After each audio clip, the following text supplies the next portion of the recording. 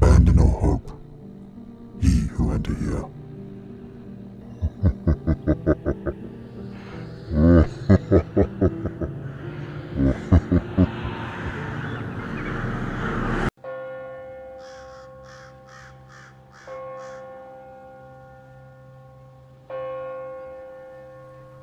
My family moved into our current house about a year ago.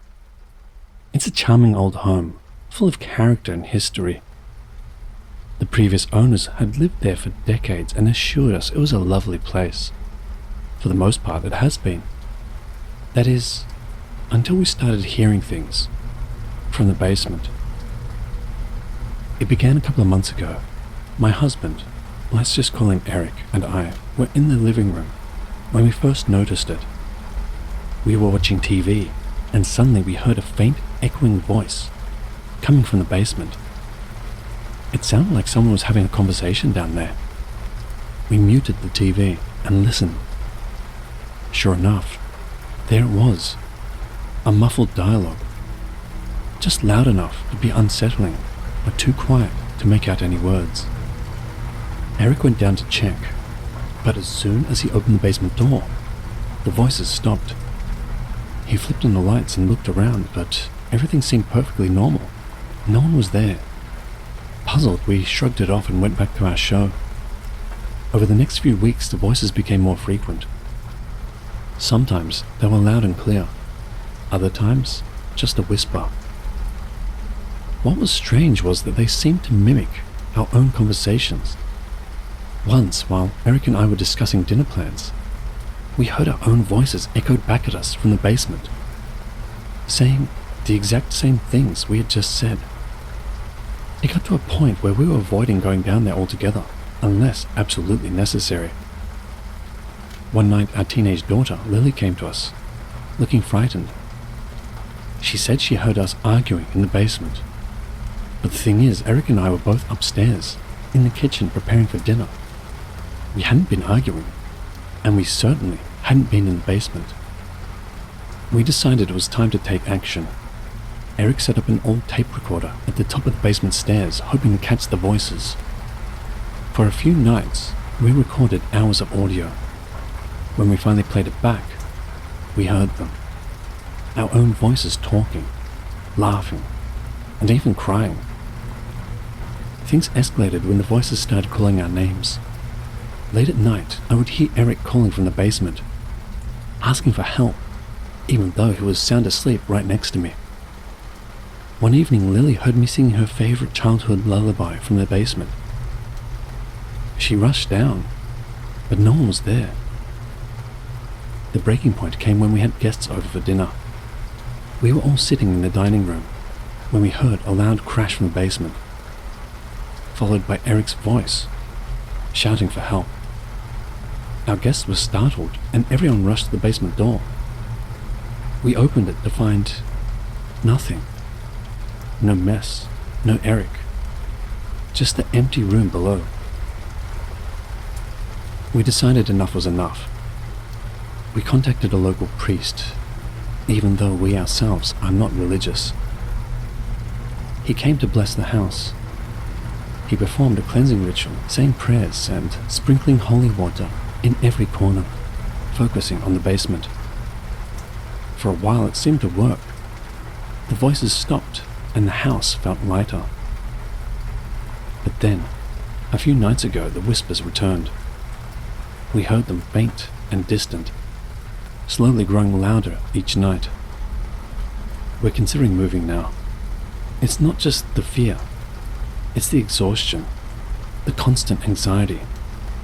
We can't keep living like this. If anyone has any advice or has dealt with something similar, we're desperate for guidance. We just want to feel safe in our own home again.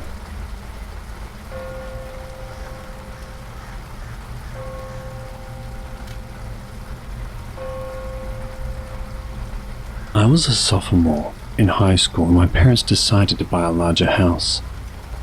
It was an old, creaky place on the outskirts of town, but it had plenty of space and a big backyard. It seemed perfect for our family. At least, that's what we thought at the time. Shortly after we moved in, I started noticing strange things. One night while I was alone in my room playing Xbox, I heard my mum calling my name. It was odd since she wasn't supposed to be home.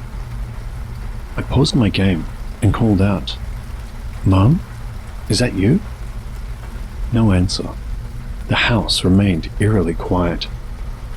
I went downstairs to check, but the house was empty.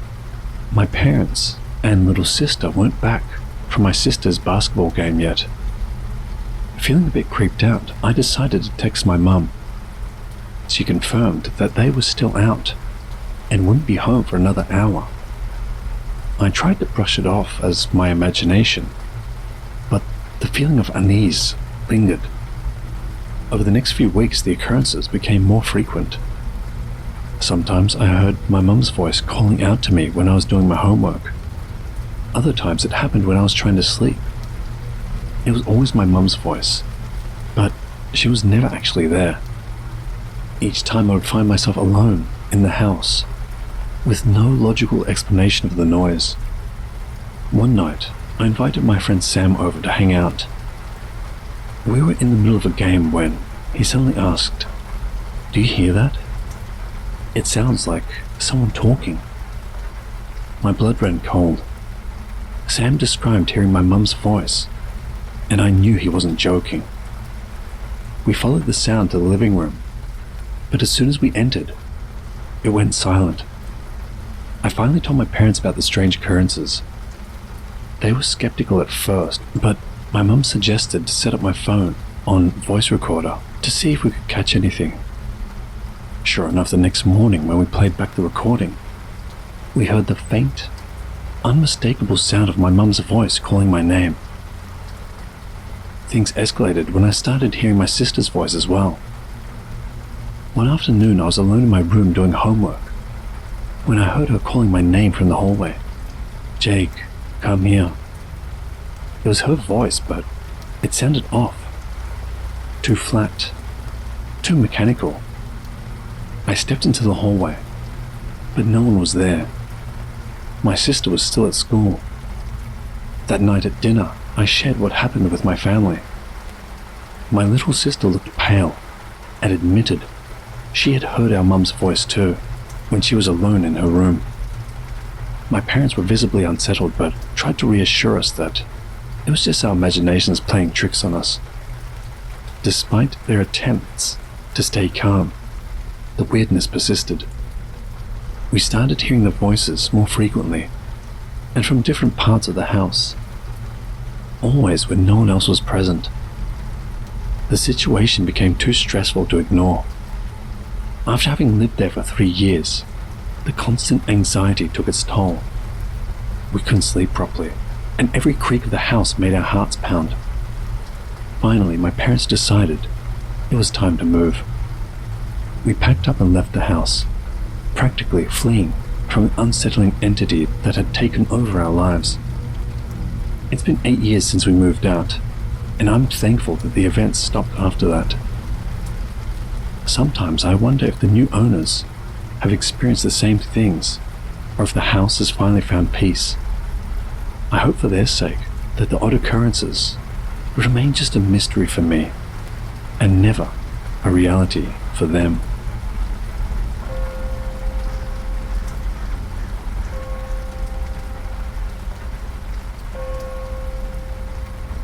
A few months ago, last fall to be precise, I moved into a quaint 2-story townhouse in a small town. It was exactly what I'd been looking for. Quiet, secluded, and the price was too good to turn down. I should have known that the price was too good to be true. It started out one evening. I was washing dishes after dinner when I first noticed something strange.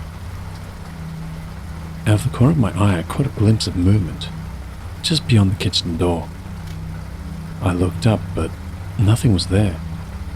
Figuring it must have just been a trick of the light or my imagination, I didn't put much thought into it. The next night, while I was reading in the living room, I heard what sounded like footsteps on the front porch. Slow, deliberate steps, as if someone was pacing back and forth. I got up to check, but like before, there was no one there. Days turned to weeks, and the occurrences became more frequent. I would hear soft whispers coming from other rooms, barely audible, but just enough to make the hairs on the back of my neck stand up. Despite thorough searches, I never found anyone or anything to explain the noises. One night, I invited a friend, Sarah, to stay over. I hadn't told her about the strange happenings, not wanting to sound paranoid. As we were chatting in the living room, she suddenly turned pale and asked, "Did you hear that?" It was a faint sound of someone calling her name, coming from upstairs. I immediately felt a chill, knowing that I'd heard similar whispers before. We both went upstairs to check, but found nothing. Sarah was visibly shaken and urged me to get some help. After she left the next morning, I started searching around on the internet. I found various accounts of people experiencing similar phenomena: indistinct whispers, phantom footsteps, and fleeting voices. Things escalated further one night while I was trying to sleep. I was awoken by the sound of my own voice calling out from the hallway. It was an exact replica, down to the tone and pitch I use when talking to myself. I froze, heart pounding, too scared to move. After a few moments, the voice stopped, and I finally mustered the courage to get up and check. As expected, the hallway was empty. I decided to set up a recording device in the hallway where I had heard my voice. For the first few days, I didn't catch anything unusual, but on the fifth night, when I reviewed the recording, I heard something that made my blood run cold. The device had captured faint, yet distinct sounds of whispering, and at one point, my own voice saying things I had never said out loud. There was clearly no solid form, just the eerie sound of my own words. I showed the recording to a local paranormal investigator. He suggested that these entities might be tied to the house's history, feeding off the fear they create. He recommended a cleansing ritual which he performed a few days later, burning sage and saying prayers in each room. For a brief period, the house felt peaceful. The noises ceased and I started to relax again. But a week later, the whispers started again, softer but definitely present. It's as if the entity is regaining strength little by little. I'm now contemplating moving out. The thought of leaving this charming house saddens me, but the constant anxiety is taking its toll.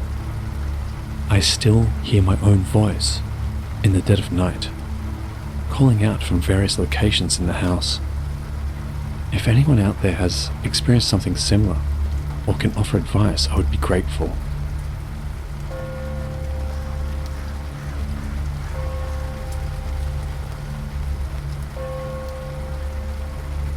I moved into my new apartment about 6 months ago. It's on the 3rd floor of an old building. Small, but it's enough for me. For the first few months, things were perfectly normal. But then a few weeks ago, something strange started happening.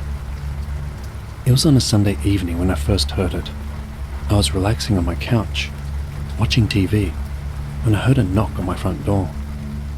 It was 3 knocks in quick succession, pretty loud too, like someone was in a hurry. I paused the show and went to check, but after looking through my peephole, there was no one there. I opened the door and stepped out into the hallway and looked around and just shrugged. Must have been a prank, I thought. The next evening, the knocking returned. This time, it was just one loud knock, like someone punching the door. I jumped up, my heart was instantly racing, and rushed to open the door. Nothing. The hallway was empty again. I thought maybe it was the neighbors, but It didn't sound like it was coming from their doors. Over the next few nights, the knocking continued, always at different times. Sometimes it was a single knock, other times multiple, but I never found anyone there.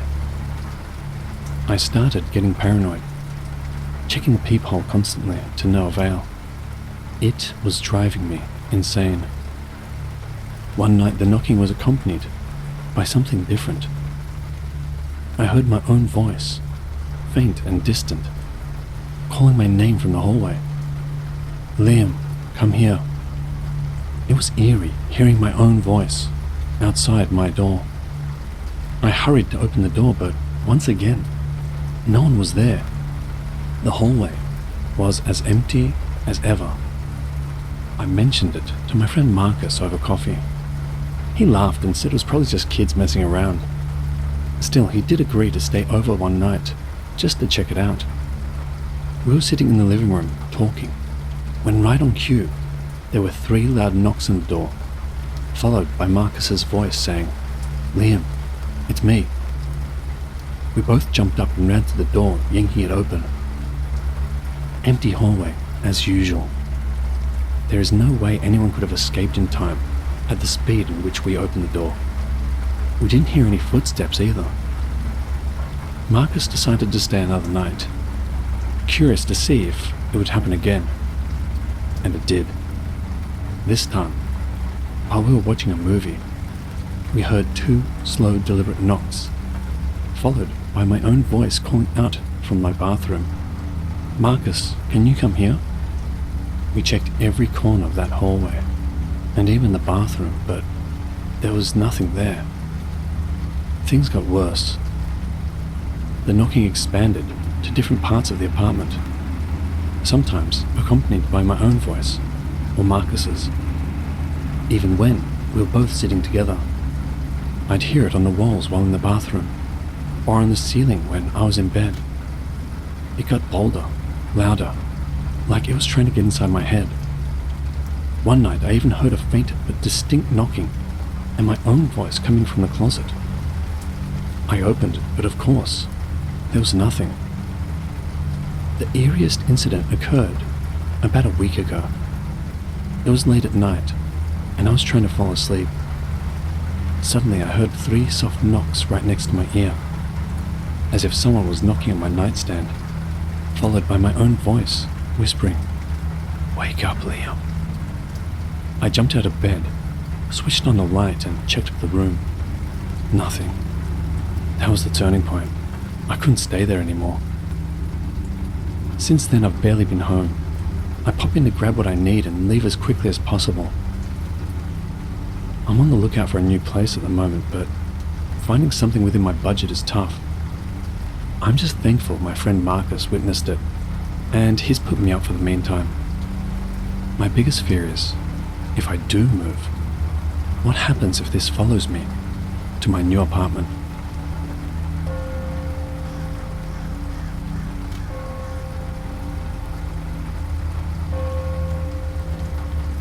A few months ago, my friend Jenna and I decided we desperately needed a break from our hectic lives. I work as a software developer, frequently putting in long hours debugging code and meeting tight deadlines.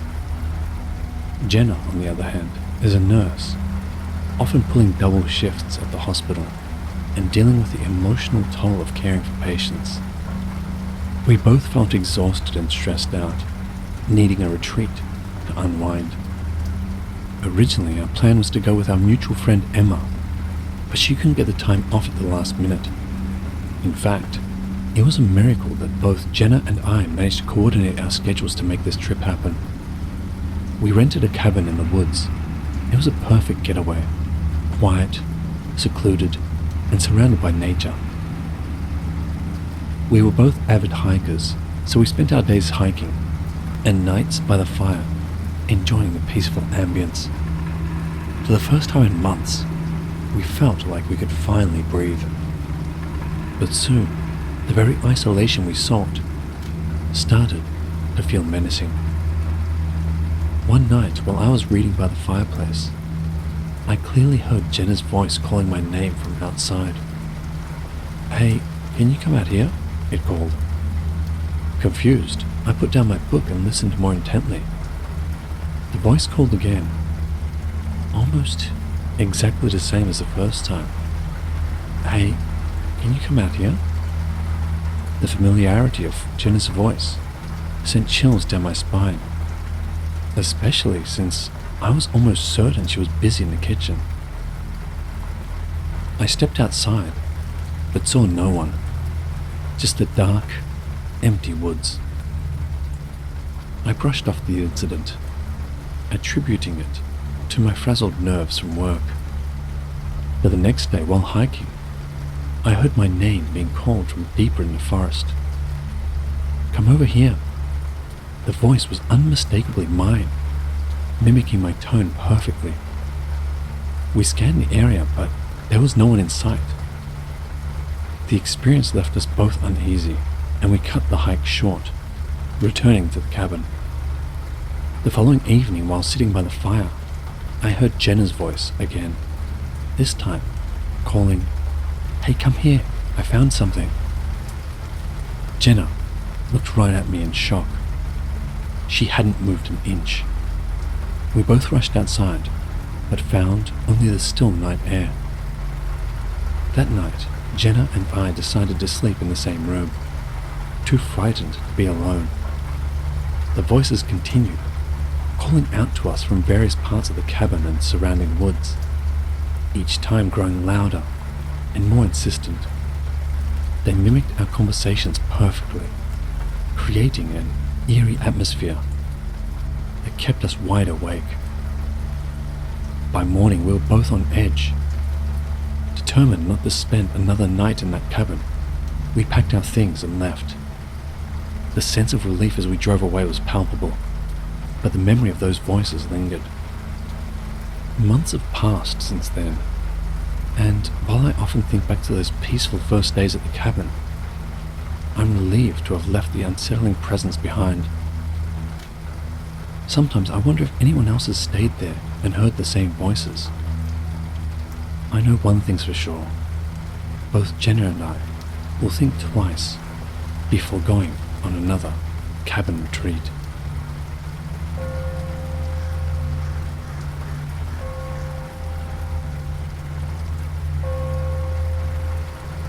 So, this just started happening a couple of months ago, and I honestly don't know what we're dealing with. For some background, my wife and I bought this house 3 years ago. It's a cozy little place in a quiet neighborhood. Nothing fancy, but just enough for the two of us. We've never had anything remotely strange happen here, until now. It began one night when I was alone in the living room. My wife, Sarah, was working a late shift at the hospital where she works as a nurse. I was watching TV when I heard her voice coming from the hallway. It was clear as day. She was calling my name, John. I paused the show and got up, thinking she must have come home early and I didn't hear her arrive. But when I walked to the hallway, it was empty. I even checked the driveway. Her car wasn't there. I brushed it off, thinking I must have imagined it, or maybe it was a TV. But then, it happened again the next night. This time I was upstairs in our bedroom, and I swear I heard Sarah calling me from the kitchen. "John, can you come here for a sec?" It was unmistakable. I ran downstairs, my heart racing, but found nothing. When she got home, I told her about it. She looked at me like I was crazy, but reassured me it was probably just stress or my mind playing tricks. For a while I tried to believe that, but then it got worse. We started hearing each other's voices in strange places around the house when the other person wasn't even home. One morning, Sarah said she thought she heard me calling to her from the basement while she was in the shower. I was already at work by then. We even started hearing other odd sounds, like whispering and laughing in the dead of night. Things reached a new level of terrifying when we both heard voices at the same time. We were sitting in the living room having dinner, when we heard shouting from the hallway. It sounded like my voice, aggressively calling out to Sarah. But we couldn't really make out any other words. We checked every room, but of course there was no one there. One evening, curious and desperate for answers, we decided to set up our phones to record while we went about our routine. When we played back the recordings, we heard our names being called multiple times, along with whispers of sentences that didn't make sense. Help us, get out, and they're coming. The voices were faint, but undeniably there. In our search for answers, we stumbled upon forums discussing similar experiences. People spoke of entities that mimicked the voices of their loved ones. Some suggested these entities feed off negative emotions, while others believed they were trying to communicate or even warn us. But the explanations didn't make us feel any safer. We considered all our options, including getting a paranormal investigator or even a priest. It sounds ridiculous, but at this point, we were willing to try anything to reclaim our home. The thought of selling the house crossed our minds, but who would buy a place with such a disturbing history? Our cat, Boris, who had always been relaxed and lazy, started acting skittish. He would hiss at empty spaces and refuse to enter certain rooms. It was like he could sense something we couldn't see. Pets are supposed to be sensitive to these things, right? Last weekend, we had friends over to try and lighten the mood. We didn't mention the weird occurrences, just tried to enjoy a normal evening.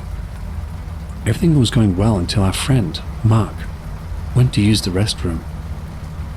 He came back pale and shaken, saying he heard Sarah's voice, whispering his name right behind him while he was washing his hands, even though she was in the kitchen with us the whole time.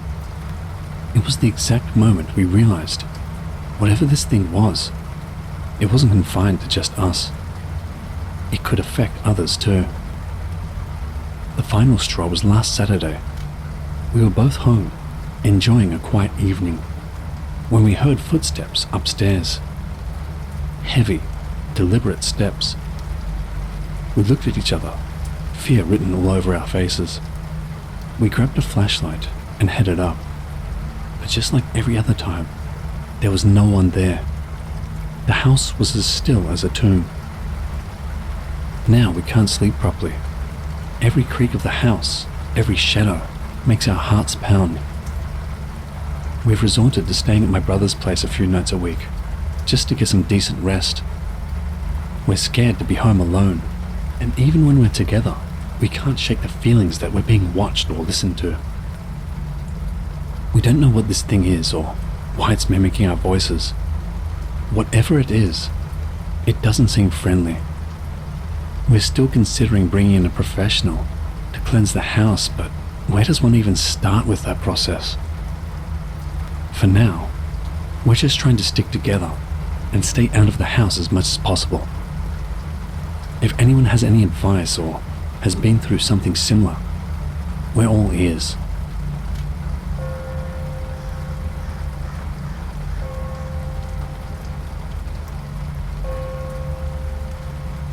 This incident occurred at a higher education institute in Kuala Lumpur.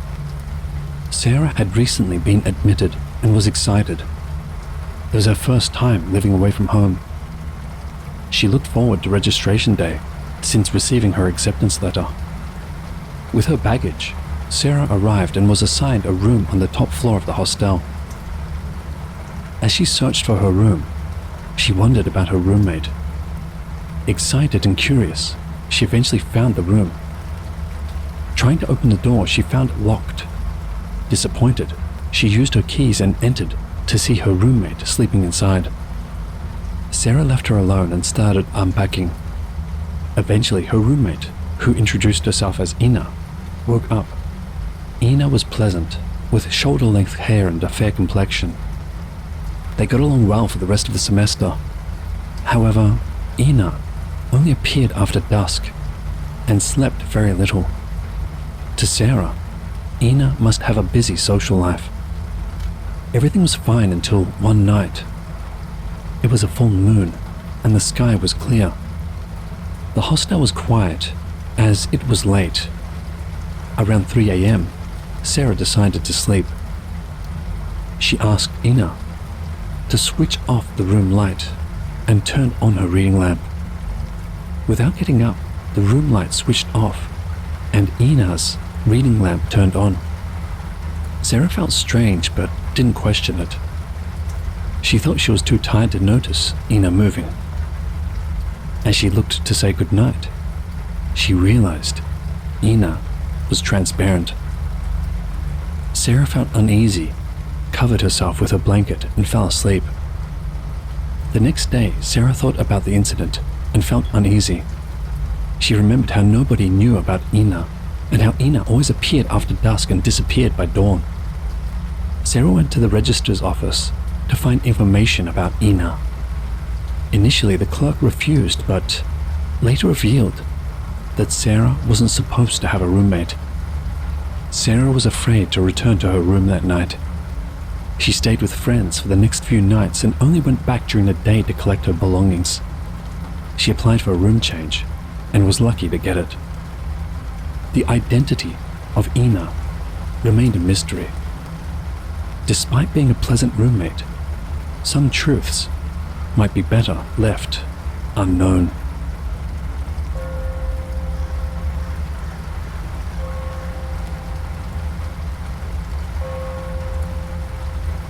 I heard this story from my soccer coach. Before the college was built, the cemetery had to be cleared, but some bodies were left behind, including under the soccer pitch. Every time it rained, crows would fly low over the pitch, even if we were training. Our coach claimed the crows landed where bodies were buried, but we didn't believe him. College camps ended early, around 9 or 10 p.m., due to disturbances in the halls when students played late-night games. A tunnel connected the hall's second story to the first, but it was dark, and something felt like it was lurking inside. A girl reportedly took her life in the changing room near the hall. The lights often went out there, and girls complained about seeing faces in the mirrors. The college eventually turned the girls' changing room into the boys' changing room, much to our frustration. We preferred changing on open ground rather than in that creepy room. One of the lecture theatres, I can't say which one, was always colder than the other three, and rumoured to be haunted by a student who took their own life there. Students staying overnight for studying or camping reported seeing a pale green face in the control room. Some even felt their shoulders tapped by something unseen. These incidents really scared them. Students staying late often sat in remote places near the science labs. The stretch of road to the labs was dark, and some students saw white figures flying through the air. They ran to the study corner, leaving their bags and notes behind. There were also stories of hauntings in the containers at the back of the college near the science labs.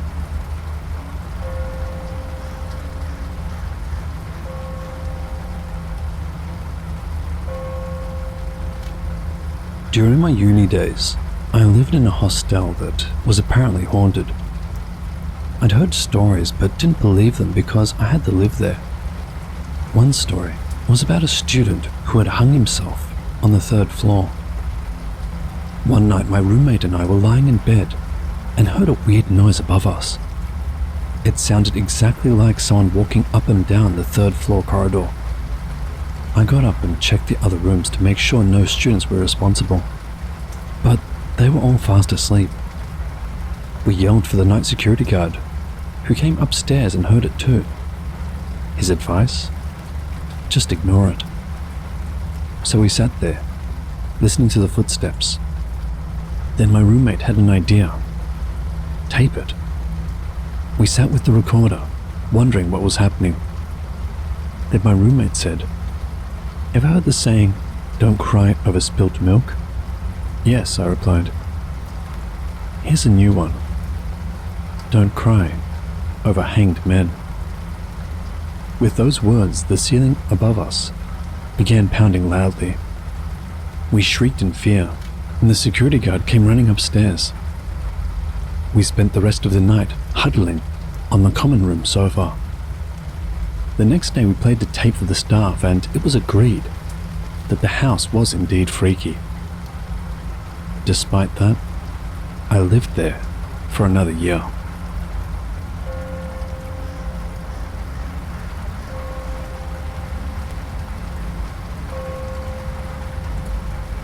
The exact place and time remain unknown, but the school was in Clemente. I graduated in July 2001, but before leaving, I learned the true stories from the teachers. Years back, the teacher's room was on the ground floor, with a back staircase for easy access to classes.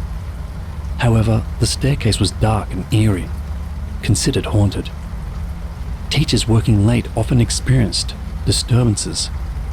One ex-teacher stayed late to mark papers and update records in the computer.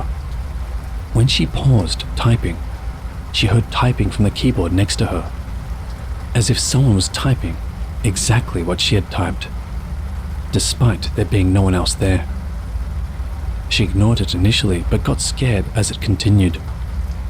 Eventually she packed her bags and left quickly. I was told that a teacher had taken her life on the back staircase due to stress. Now, the teacher's room is placed on the 3rd floor at the far end of the school. Perhaps the teacher who took her life wanted to help with all the work after all.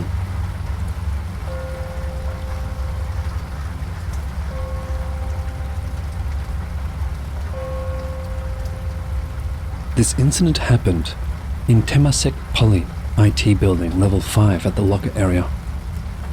I kept my soccer ball in my locker and had soccer matches every Wednesday from 2 p.m. into the late evenings, usually finishing around 8 p.m. One day, after a match ended at 8 p.m., I intended to keep my soccer ball in the locker. When I went up to level 5, it was silent and creepy.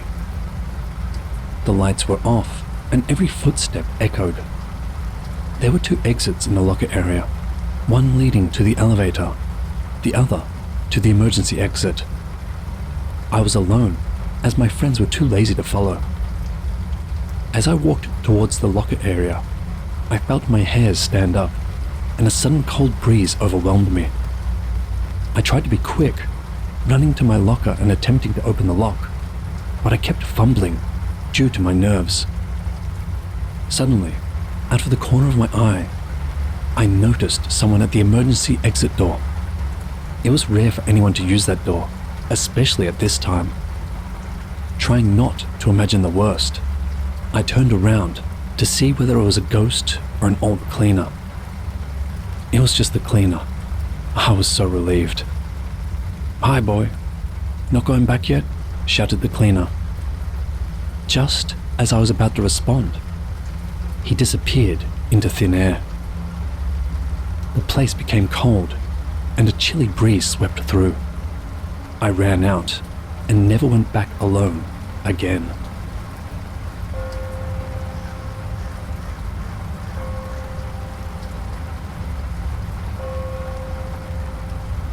I used to live in a dorm while in college in the Philippines. This dorm is L-shaped and has 2 wings. Where the 2 wings intersect is a study hall, which has 2 doors leading to each wing. One door leads to a long hallway with a bathroom just a few feet away. The hall has AC, so the windows are shut all the time. One late night, my roommate and I were in the study hall, studying. We were the only residents awake. The rest were either fast asleep or preferred staying in their rooms. We were eating cup noodles when I felt my bladder kick in. I excused myself and went to the bathroom down the hall. When I came out, I saw my roommate standing outside the bathroom door in the hallway, looking really scared. "I heard something," she said. "It sounded like a man clearing his throat." "Where?"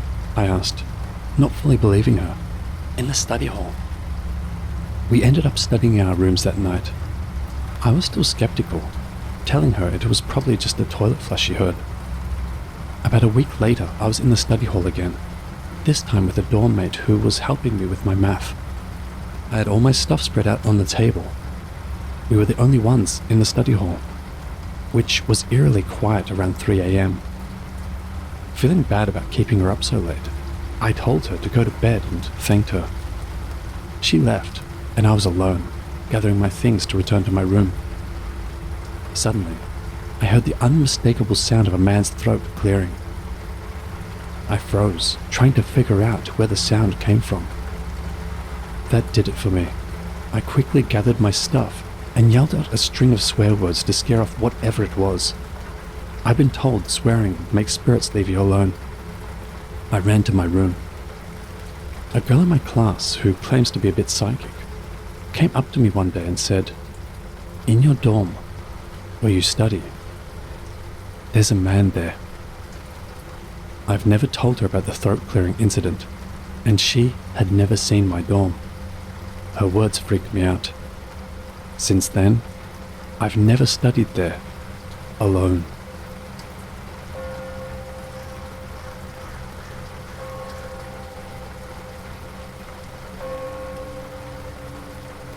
First, let me get the important details out of the way before I talk about my experience at this international school.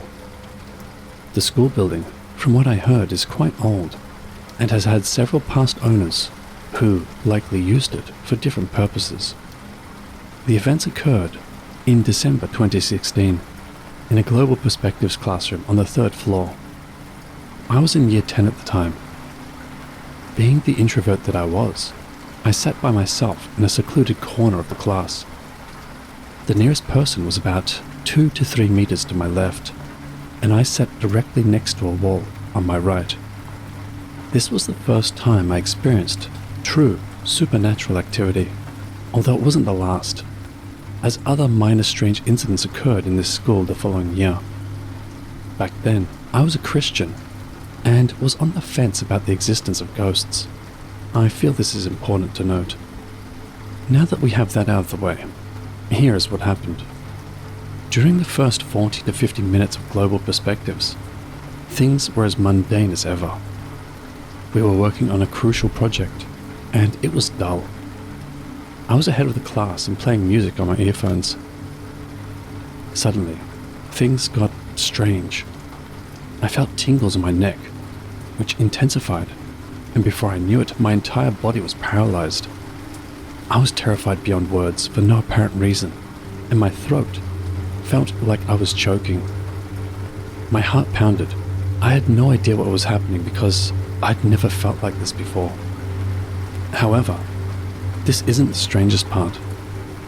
While I was in this uncomfortable state, I saw a reflection of an unidentifiable, faceless, shadowy figure gliding past me from left to right, thanks to my computer screen. As this happened, I felt a cold breeze brush past, as if someone was hastily walking by. After a few seconds, my paralysis, terror, and choking feeling ended abruptly, and I returned to normal. I had many questions about what had just happened. I looked around the classroom, but saw no one behind or near me. I knew whoever glided past couldn't have been the closest classmate, who sat on my left while that thing was going right. It didn't move like a human, and its legs and other body parts didn't appear to move as it glided. Remember the wall directly to my right? From my computer screen, it looked like the figure was going to run into it, but I didn't hear anyone hit the wall. My music wasn't loud enough to block such a noise. Nobody in the classroom was standing, and no one was behind or near me. I've had other odd instances, like coins of foreign currency materializing out of nowhere, but nothing compares to what happened during that GP class in 2016. Even though it isn't my business, I sometimes wonder where that thing was heading back then, if it's still in the school, and if not, where is it now?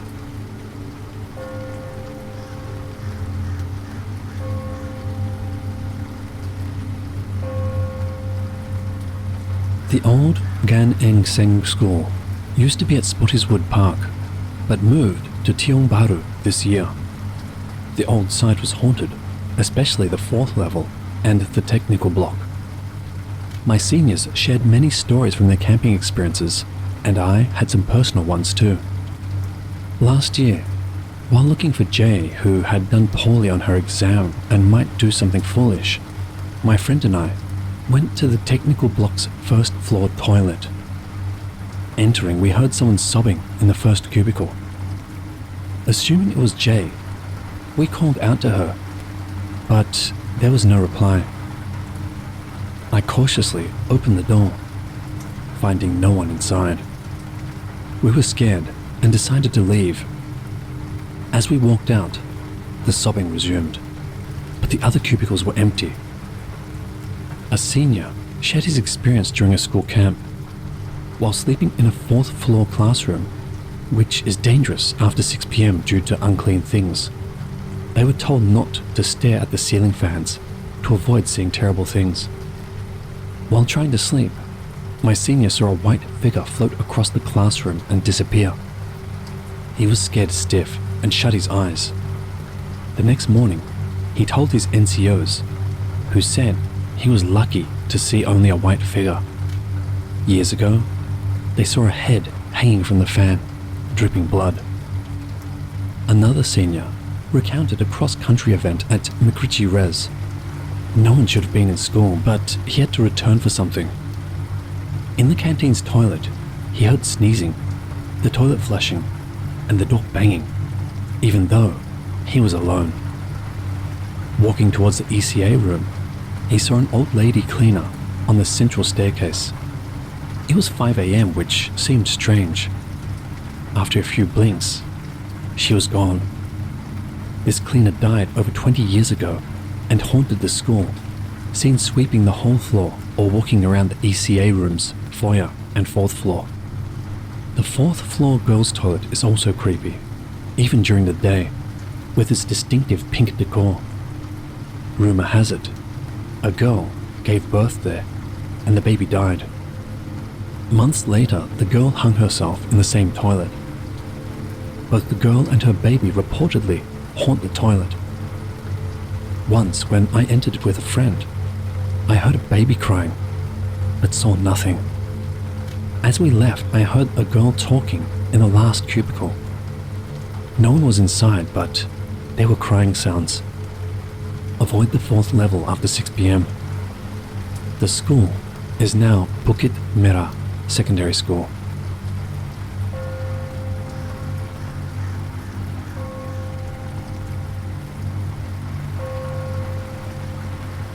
In 1999, I was at an annual camp with my ECA in a secondary school in Toa Payoh. Like any old school, it was filled with rumors and ghost stories, particularly in toilets and classrooms. We had just finished the campfire on the last night of the 3-day, 2-night camp. Campers conducted sentry duties as usual, and as instructors, we had to prowl the area to ensure no unwanted persons were around. I was skeptical about ghosts in schools, eager to prove that there was nothing paranormal. I gathered 4 instructors, and we decided to explore everywhere, regardless of how dark or sensitive the location. First, we prowled the ground floor, checking fences, classroom areas, and surroundings. We looked through classrooms with open windows and checked every tree. We reached a small hut behind the PE building and found the metal door closed. To ensure no one was inside, I used a stick to slowly push the door open, half expecting to see something. The door creaked open to reveal only cleaning equipment. Smiling at our stillness, we walked away, only to hear the door close again. We were shocked, but told ourselves it was the hinges, not daring to check again. We then checked the 2nd and 3rd floors until we reached the 4th floor toilet, a notorious ghost haunt. Every year, campers reported seeing something hanging along the corridors outside it. We checked both the gents and ladies, finding nothing. After our prowling, we sat around the campfire, discussing the apparent lack of paranormal activity. Suddenly, the only girl instructor pointed out she had seen someone looking at us from the back of a first-floor classroom while we were on the ground level. She hadn't told us because she often had bad experiences with these things and didn't want anything bad to happen then. I immediately took one instructor and returned to the classroom. On the way, I felt the hairs on the back of my neck stand on end, but I didn't alert my partner. We found nothing in the classroom and returned to the campfire. I asked my partner if he had felt anything. To my amazement, he described the same experience at the exact location. I hadn't mentioned my experiences to avoid influencing his perception. Friends who were old students assured me the spirits were friendly and wouldn't bother us if we didn't disturb them. To be safe, we turned on the corridor lights where we had felt the presence. This time we felt nothing. Friends told me that the spirit had gone away and we should maintain the area's calmness. The rest of the night was peaceful, with no campers reporting sightings.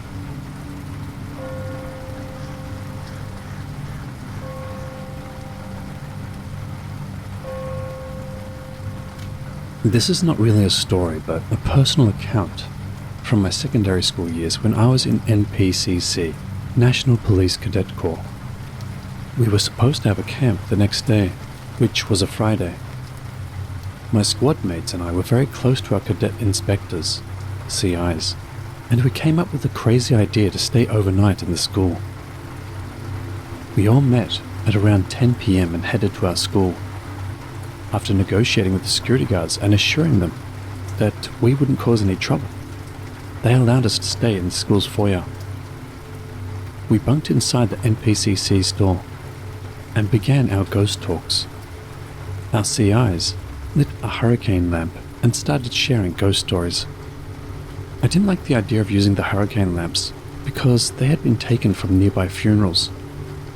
According to some religions, these lamps are supposed to guide spirits on their path. Halfway through the stories, I noticed a figure flash across the window pane of the door. I swore I saw something and became very quiet.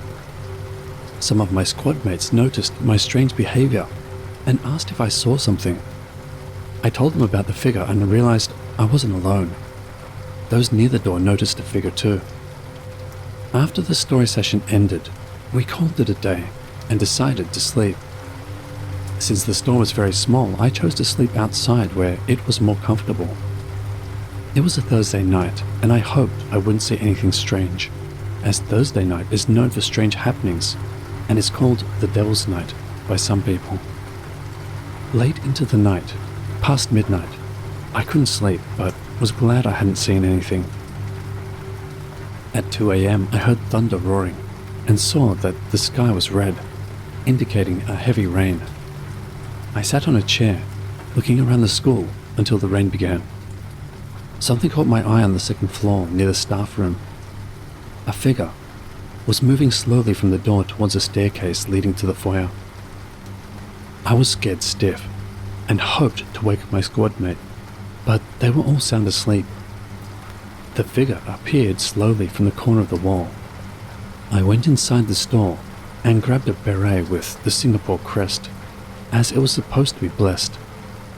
Being in a Catholic school, I started praying, hoping the figure would go away. I eventually fell asleep and was glad nothing happened. The next day I told my squad mates about what happened. Everyone laughed, except for those who had also seen the figure during the night.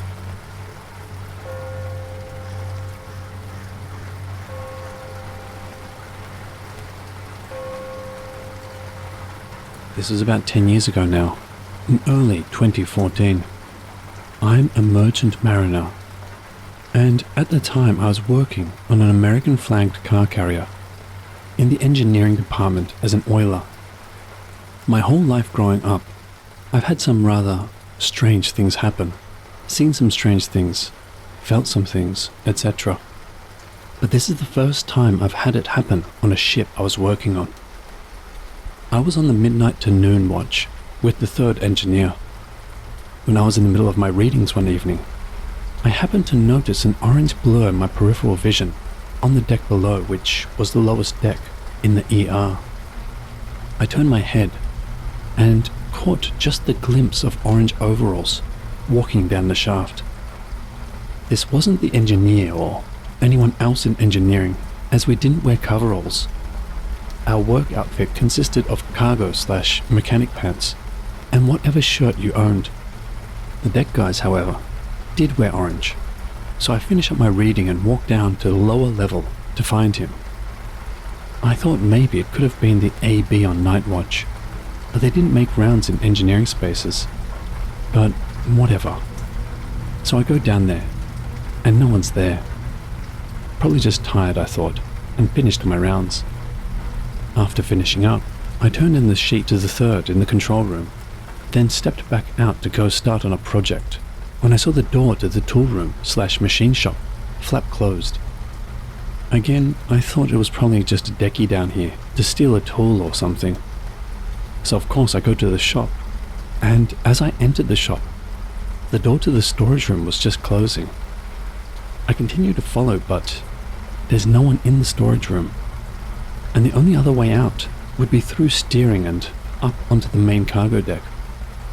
I continued into steering, gave a quick glance around, and again, I found nothing. On my way back out, I glanced into the hydraulics room when I finally saw him. He was facing away from me, looking at a panel, and I almost just walked past. I caught myself mid-step and shouted over the sound of the steering pumps to get his attention. The man jumped and was turning around when the ship lost power. Losing power was nothing new. This ship has had a faulty shaft generator for a while. It was pretty standard. I didn't think anything of it until I got my flashlight out of my pocket, and the man was gone. Like he was never there. I looked around, but nothing. I was starting to get a little nervous and jumpy at that point, but right before panic could set in, the diesel generators kicked in and lights were restored. I returned to the control room to ask the third if a decky had left the engine room through there. He said no. Cut to a few days later, I was talking with the boatswain's mate in the deck locker when I noticed a picture hanging almost as if it were a memorial. I asked him about it. The boatswain said it had been there for a while. The ship used to be Swedish flagged, and they had a death aboard back then, before it became US flagged. I sort of went quiet, then I told him what I saw a few days ago, and he just goes, "Oh yeah, we catch glimpses of him roaming around the cargo deck sometimes too." I didn't have anything else happen that trip, and we even got the shaft generator fixed in the next port. But still, it was sort of wild having that happen in the last place I'd ever expect.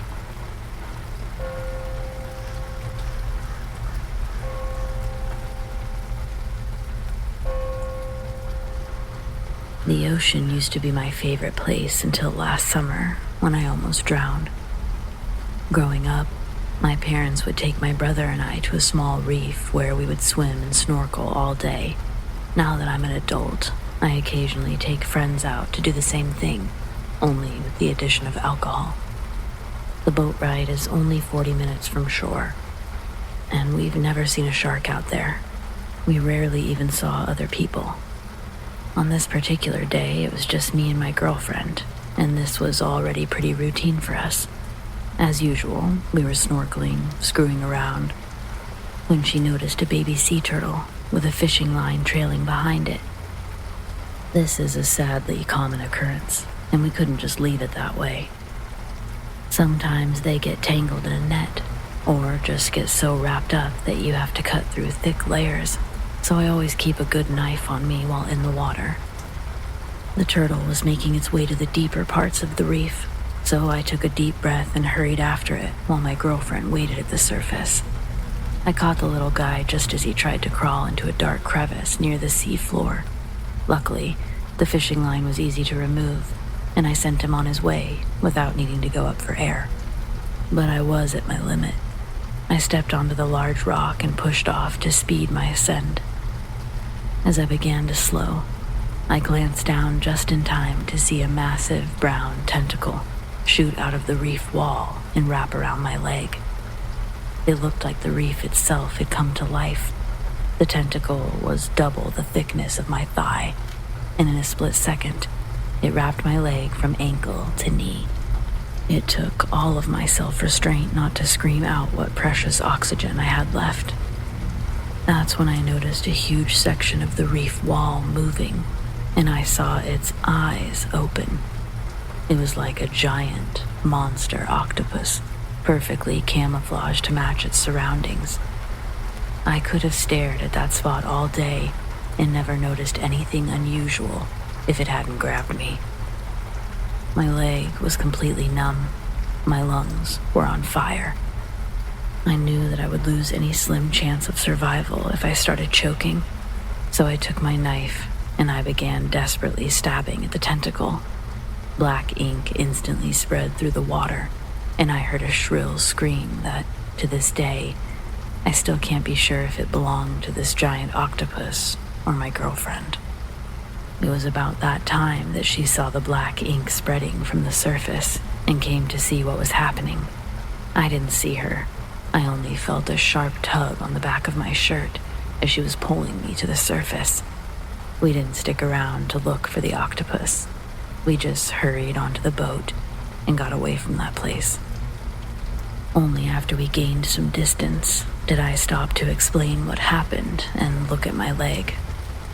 I stabbed myself twice and had to get over 30 stitches afterwards. But aside from that and a touch of PTSD, I was fine.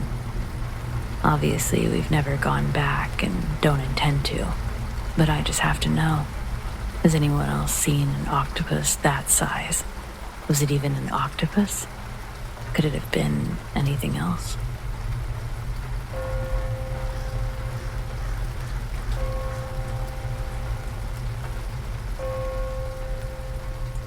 This happened to my grandfather, and given that he's older than dirt, I'm typing it up for him as he tells it.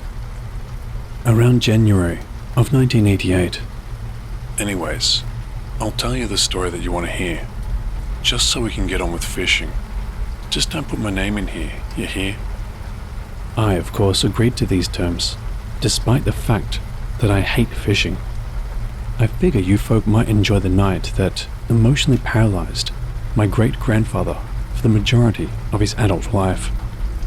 I went to work for a company called MUSC, Maritime and Underwater Security Consultants. US-based, but most of her operations were over there in Indonesia. Basically, big freight companies wanted protection from local pirates. However, many simply weren't willing to pay the price and would choose to rely on the Navy. Which, son, let me tell you, after almost 16 years in the Navy, I learned a big thing. It's slow as hell. From South Korea to the Philippines, into Indonesia and then on to Australia before making the journey home, the boys and I, 16 security personnel total, were stuck with a crew of about 50 Norwegians, and really the captain was the only one who knew a lick of decent English. Anyways, we were passing through the Makassar Strait at around 0130, dark as hell. The ocean was quiet. We'd advised the captain that sailing through this particular stretch of sea at night would increase our fee a shit ton. It was, honestly, the dumbest idea to ever come out of that sucker's mouth. There had been 3 attacks on different merchant vessels the night prior. Nonetheless, in this man's infinite wisdom and wallet, he directed the crew to steam through. So, us, educated Yankee folk, went to the upper decks and got ready for what was destined to be one hell of a night. Assault rifles, Kevlar, light machine guns, fire hoses, the whole kaboom. Full 360 security too. Most of the boys I was with were prior Navy, with some, even if limited, combat experience. so we were pretty confident that we'd be able to handle some pirates armed with AKs. For the first hour and a half, everything was quiet. But it's that Q word that always lands people in trouble. Come up on the second hour, we received a distress call from another vessel, about a mile away from us. The contract with this particular employer included terms that we had to render aid to other vessels in need for a fee adjustment. The captain directed our CEO to send a few boys via RHIB over to this other vessel. So the course was adjusted. We got within 200 yards of this other ship, and the RHIB was being loaded up. Guess who got to go over? Myself and 5 others. To beat it all, this other freighter wasn't responding to hails or light signals. We were going in dark. We load up and cross the eerily dark and choppy arse sea, shoot boarding grapples, and climb up. Now, son, you know how I feel about the next part, so I'm going to save some of the details. We cleared the bridge. Nobody was there. We cleared the crew quarters. Nobody was there. We cleared the lower decks. Nobody was there. Eventually, we got to the engine compartments. We saw death. About 10 or 15 men had been cut up, shot, absolutely torn to bits, as if they'd been thrown into a blender. Limbs and feces laid about the room. It was absolutely disgusting. Turns out we'd stumbled across a kidnapping gone wrong. Some of the crew had fought back, so the local pirates dealt with them, took the remainder of the crew for ransom. Funny enough, our CO told us later that MUSC was the K&R company that retrieved them. So Grandpa has dementia, but this is one story that he's told consistently for the better part of his life. So, Mr. Pirate Folk, assuming you're all dead now, or at least, I hope you are, let's not mate.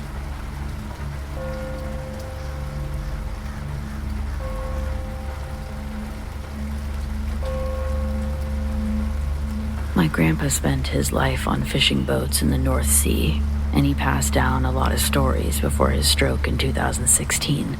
Most of them involved giant waves, sinking ships, or piracy, but there was one instance he only spoke of a few times.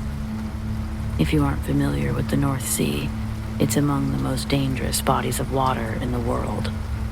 Grandpa worked on one of the larger boats, but even the biggest get tossed around like toys. Severe storms appear suddenly and unpredictably. The waves were so violent that the men were thrown about the ship without warning. Broken bones and concussions were just routine hazards of the job. Of course, that was nothing compared to falling overboard. That's why any man walking on the deck was tethered to a safety line. The day in question was one of the rare brighter days, but those came with their own dangers. Pirates were far more active on those occasions. Grandpa was one of the men posted to keep watch while the others brought in the nets.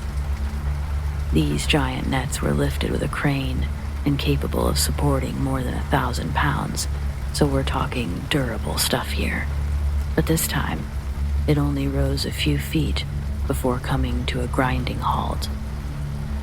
Grandpa had a better view from his position, but even he could only see the line disappearing beneath the surface. The crane was under too much strain and quickly switched off, but the awful grinding noise didn't stop. Next, the line suddenly went slack. The net was rising again, but only for a second. It then went tight with great force and seemed to be pulled out to sea. The ship was dragged behind it for a short distance before the line fell slack again. While most of the crew were distracted with bringing in the net, my grandpa and 2 others were still watching the water. They saw a giant ripple appear. It was more than 3 times the length of the boat as something began rising to the surface. Grandpa thought that he was about to see some kind of military submarine, but instead, it was a fishtail, half the size of a blue whale. Not that you typically see blue whales in the North Sea, but it's supposed to be the largest creature in the world.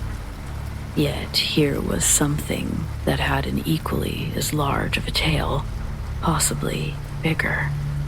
Only the finned part emerged, and it quickly disappeared again with a hard slap that sent a dangerous wave crashing into the side of the ship. You never want a wave to hit you from the side. They're lucky it didn't take them down, but it did knock Grandpa from his post. If not for the safety line, I would have probably never been born. When order was finally restored, the empty net was pulled back onto the boat. Something had ripped it apart. The ends hadn't been cut or chewed through. They had been pulled apart by brute force. Men who spend their lives at sea tend to be a superstitious bunch, and these guys were no different. By the time they learned what Grandpa and the other two witnessed, they were all ready to sail back to port, even though they had 3 weeks left on the hitch. I guess a lot of people would find a new profession, but there weren't a lot of job opportunities in my family's area, so my grandfather spent another 30 years at sea before finally retiring. It was a common lifestyle where they were from. My dad moved to the U.S. for college, where he met my mother, and we've been in Illinois ever since. I don't put much stock into ghosts or monsters, but we don't know what the hell might be out there in the oceans. I don't play when it comes to that stuff.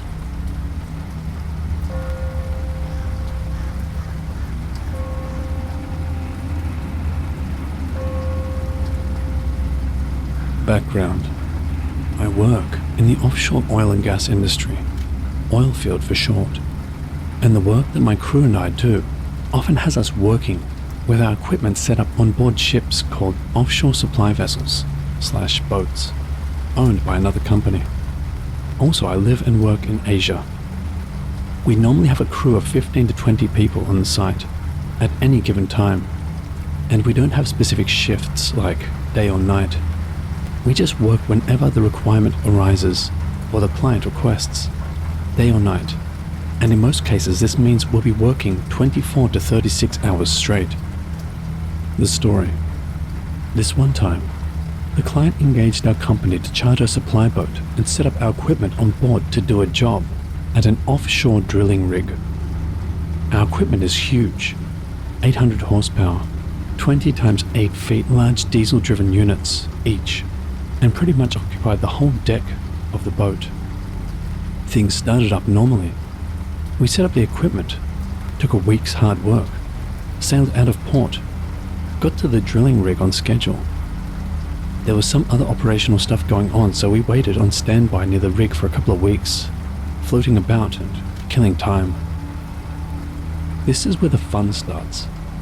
I mentioned earlier we had about 15 guys on my crew, and there were another 20 guys who made up the boat's crew. Plus the boat isn't that huge, so there's always another human being probably within shouting distance. It started the night we got on location. At breakfast, a couple of my guys were sitting around all zombified and exhausted. They said they had a bad bout of sleep paralysis. Now this can happen occasionally, especially, or should I say as a result of, really hard physical exertion for prolonged periods. So the moment you collapse and have a good deep rest, your body can, in fact, experience what seems to be sleep paralysis. No biggie, since we'd spent a whole week, day and night, rigging up heavy equipment and piping. We shrugged it off and went back to sitting around shooting the breeze. After all, we had a couple of weeks of nothing to do on standby. So, with plenty of rest, it wouldn't happen again. We were wrong. The next night, a few other guys got it. Then the following night, a few other guys experienced it too. And every single night, random guys experienced it. There was no pattern. There was no exception. Eventually, everyone had experienced it. Some reported being able to open their eyes and seeing a dark figure pressing down on them in their bunk beds. A couple of more religious ones tried reciting prayers during the episodes, only to have the choking, pressing feeling intensify. Morale was taking a beating, Isolated cases in the past we could laugh off, since there was a reasonable explanation and correlation to the physical work we did. This time, something was very wrong. The whole crew was getting it, and we literally had zero physical work at all. Still, we gave each other what moral support we could to get through the days and nights. And in the mornings, we knew. The tired-drawn expressions, the sunken eyes, the dark circles. We knew who it had come for the previous night. That's not all. If you've worked offshore, you'll know sometimes standby time is the hardest, because you quickly run out of ideas to pass the time. So we got busy, found things to do, started running through the preventative maintenance and startup checks on our equipment, running the units, so the moment we got the green light from the client, we would be ready to go at full throttle. It came at us there too. Strange sounds on deck, amongst the equipment. I was on deck one evening after dinner, with 5 other guys working on one of the diesel engines. Suddenly a huge metallic boom rang out from the aft deck. It sounded like someone took a 10-pound sledgehammer and slammed it into one of the metal bulkheads. I got up to go to check it out, thinking it might have been a loose lube oil drum or one of the units not being shimmed properly. The supervisor grabbed my arm and said, "Not now, tomorrow, in daylight." I was about to protest, but seeing the look in his eyes, I backed down. In the morning, me and the other guys went to check the aft deck. Nothing. Equipment skids were shimmed tight. Everything secured tight as it should be. And the previous night, there was no one at the aft deck area. But every night from then on, the same boom, the same place, without fail. Another thing, the vessel's crew refused flat out to say anything when we asked about these things. Sure, they were friendly and great guys to work with, but when this topic came up, they simply clammed up tight. And weirdly enough, they also absolutely refused to ever come out on deck after nightfall. Daytime was fine. They would help with any request at all, but after dark, nope. Want a spare part from the deck store during the day? Fill out forms, wait outside while the bosun goes and gets it for you. Nobody goes inside my store. After dark, it's a free-for-all. The deck crew, not even a fussy bosun, would come out on deck. Go ahead and take what you need yourselves. Just fill in the logbook. The final straw came once it was time to finally get to work. For context, we had an electrician who was a white American, Jack. Awesome guy, chill AF. Skeptical when it comes to weird happenings. He was the one guy on the crew who could laugh off everything that happened and said we were imagining things. So in a way, he helped us keep our sanity. Important for later. The job starts. The big diesel units are running at full throttle. Everyone is giving it their all, and we're all done in about 24 hours straight. Client is happy. Time to sail home. Crew shuts down the equipment, pats each other on the back and heads to the locker room. It's about 2 a.m. at this point. Wait, where's Jack? Jack was curled up in a ball in the locker room, in a tiny gap between the lockers and the wall. A mound of cigarette butts on the floor at his feet, rocking back and forth, chain-smoking furiously. He doesn't chain-smoke. Pale, shaking, eyes wild and muttering, over and over again. WTF, man. WTF did I just see? WTF was that thing? We heard what happened from our mechanic. He was with Jack on the aft deck, near the railing, when they both saw a white, man-sized bundle fall from the drilling rig and into the sea with a loud, audible splash. It's a 30-meter drop from the rig floor to the sea level. Hang on. These guys are standing right behind the diesel engines, 140 decibels loud, with earmuffs on, and they heard a splash? Jack was really excited, thinking it might be a man overboard, wanting to throw him a life ring and jump in to save him. When the mechanic grabbed him, pulled him back from where he was about to climb over the railing, and dragged him backwards. Jack started to argue, when they saw something moving in the water. For context, it's dark, midnight. We're out in the open sea. The sea is choppy. If anyone fell into the sea in these conditions, good luck to you.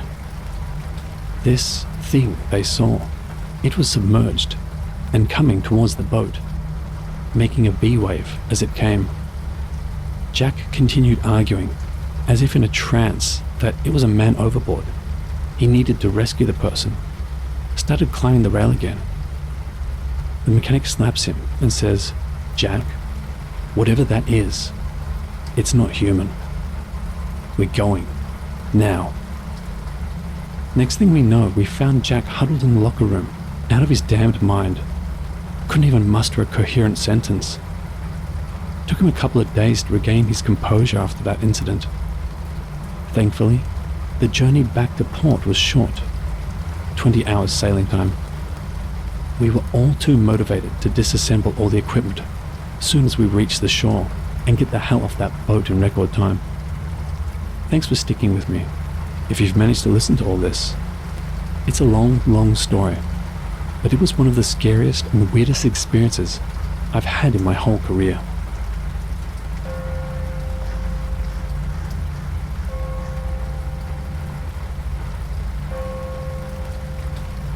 My favorite things to do have always been swimming and exploring, so it's no wonder that I became obsessed with scuba diving and caving.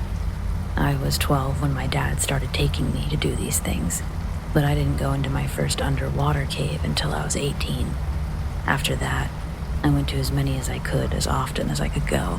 I had no problem exploring the same one over and over. There are some close to where I grew up, and I know them as well as my own home. I'm 36 now, and in all those years, I've never had any close calls or seen anything unusual until my trip to Hawaii. You can see many of their underwater caves on Google, but you won't find the one that I'm talking about. And I'd rather not say exactly where it is, so don't ask. I don't want to be responsible for someone else going down there when I barely made it out. A few days into my trip, I met some locals who told me about a spot that I wouldn't find on the maps. They were planning to go that weekend, were kind enough to invite me to go along. Unfortunately, I was too excited to wait. They warned me not to go alone, but I knew I could find it based on their description.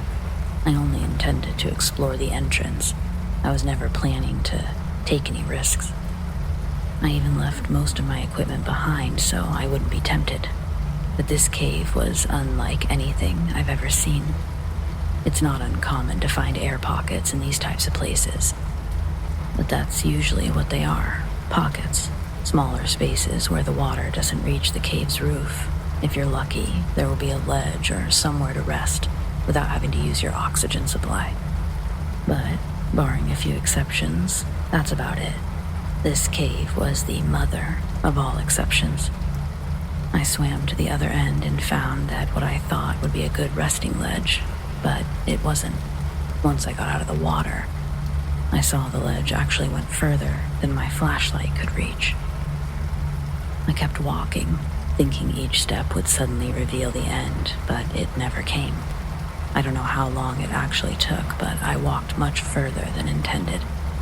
When I finally reached the other side, there was no wall, just more water. I immediately wanted to jump in and keep exploring, but I suddenly got a horrible feeling in the pit of my stomach. The feeling that something terrible was about to happen. The hair on the back of my neck stood on end. The coldest chills of my life spread through my body. I've had friends get creeped out like that sometimes. It just never happened to me. But whatever this was, I could feel it in my bones. I carefully surveyed my surroundings while trying to calm down. That's when I noticed another ledge across the water. After a short debate with my better judgment, I decided it was safe enough to swim across and continue exploring the other side. That's when I heard footsteps. My stomach traded places with my heart. It sounded like something very large was dragging its feet and getting closer. But when I shined my light in that direction, the sound stopped. That's when the real fear hit me. If something else was down there, trying to sneak up on me, they only had bad intentions. Knowing I had to leave quickly, I kept my light trained on the opposite ledge, in hopes of gaining a little extra distance as I backed away, and a huge pair of red eyes appeared. They were only visible for a brief second before fading back into the darkness, but they definitely weren't human. Even if they hadn't been red and glowing, no one has eyes that big or that far apart. Whatever they belonged to was massive, and I didn't want to meet it. Eventually, my light fell short of the opposite ledge, and a loud splash came immediately after. That thing had jumped into the water to continue its pursuit, and I panicked. I turned and began running as a deafening roar erupted behind me. It made no other sound as it swam across, but it arrived at the other side faster than any human could have. Next, I heard its claws tearing into the rock wall as it climbed onto the ledge, and I fully believed I was going to die there. As the sound of its pursuing footsteps grew closer with each second, I was tempted to turn and face the beast before it killed me. If I was going to die, I deserved to know what my killer looked like, but I was too afraid. Another low growl echoed the cave. Tears filled my vision. Finally, after what felt like an eternity, I saw the end just ahead, and somehow I'd made it. I barely had enough self-control to enter the water properly, but I'd been through too much to let stupid mistakes kill me now. I swam like a madman, fully expecting a large splash to follow right behind me, but it never came. After a short distance, I stopped with the realization that I would spend the rest of my life wondering if what I experienced was real or some kind of break from reality. So I resurfaced once more, without the flashlight. Everything was pitch black, the kind of dark where you can't see your hand in front of your face. All except for two glowing red orbs in the distance. I couldn't make out anything else, not even the shape of the owner's head. They were completely still, until they suddenly rose several feet higher, like how a snake will stand straight up. It's hard to guess the height even at that angle, but at the very least, it was much taller than a human. Needless to say, it was a while before I went into another cave, and it certainly wasn't that one.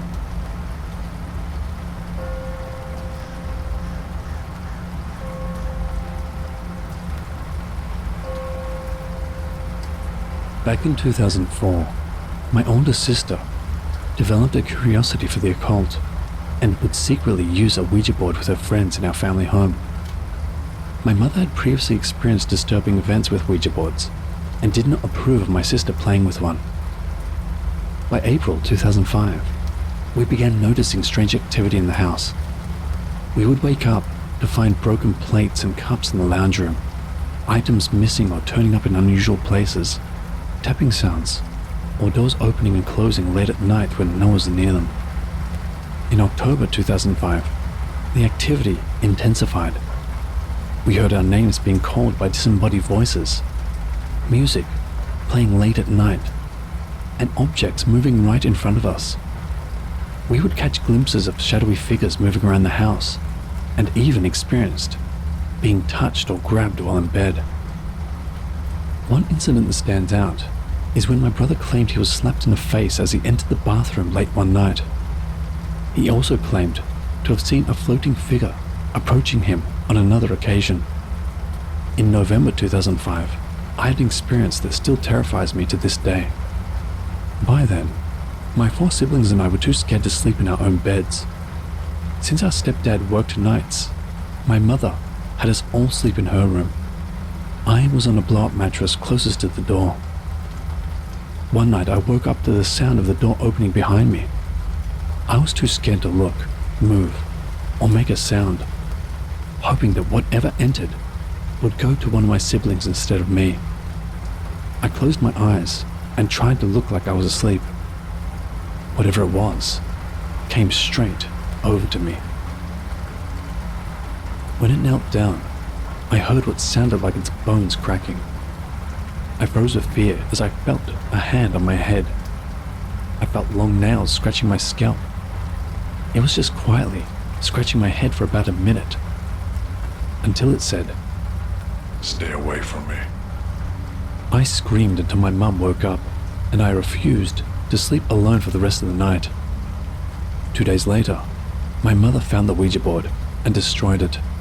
The paranormal activity subsided significantly, but we still occasionally witnessed strange occurrences, though not as frequently or as frightening. I always wonder if whatever the entity was that told me to stay away from it was actually after my sister. All I know is that she invited it into her life, and even now, she experiences regular paranormal events in every house she lives in.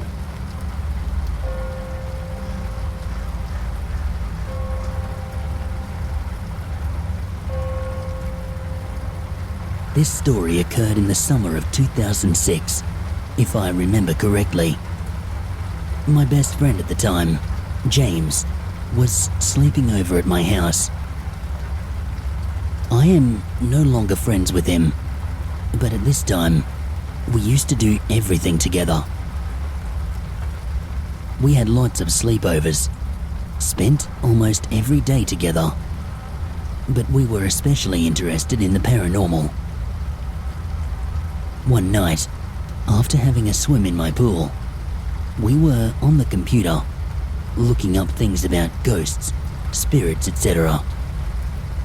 My mum then told us that it was time for dinner, so we sat at the dining table and began to eat.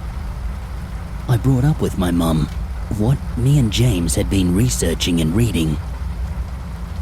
She told us stories of how when she was around 14 or 15, she used to do Ouija boards with her mum and her auntie. She said that they only used them about 5 times. James and I begged her if maybe we could try one. After ongoing begging for around 15 minutes, we were very persistent. She agreed. We set up the board on the coffee table. The board had the letters of the alphabet cut out and placed in a circle, with yes at the top of the circle and no at the bottom. James, my mum and I put our index fingers very lightly on the glass. Before we started, my mum explained that for it to work, you had to really believe that it would. You had to have an open mind. Otherwise, it just wouldn't work. She also said that you must be nice to the spirits. Treat them how you would like to be treated. So, as James and I had never done this before, my mum kicked things off by asking questions such as, are there any spirits present? Within about 20 seconds, we got an answer. The glass moved to yes. James and I looked at each other, as if to say, I'm not moving it. What the hell? I cannot clearly remember what question my mum then asked, but it started to spell out words that made no sense. My mum then asked if we could have someone who speaks English. Again, it then moved to yes. James and I, we really wanted to talk to one of our best friends, Daniel, who had passed away around 2 years before. We talked to him for a little bit. We asked him questions that really only he or any of our friends would have known. We asked who he wanted to talk to, and the glass came over to my direction. It almost fell off the table. My mum then asked if he was safe in heaven with all the angels and if he was doing good. It moved to yes. By this time, James and I were bawling our eyes out. I don't know what made us cry. We weren't sad. I think it was more the relief of knowing he was okay. My mother also wanted to speak to her mum, my nana, who passed away 4 years before. I asked Daniel if it was okay if we spoke to my grandma. It moved to yes, and we said thank you. My nana, she always called my mum Sally, even though my mum's name is Penny. Sally was just sort of a pet name for her.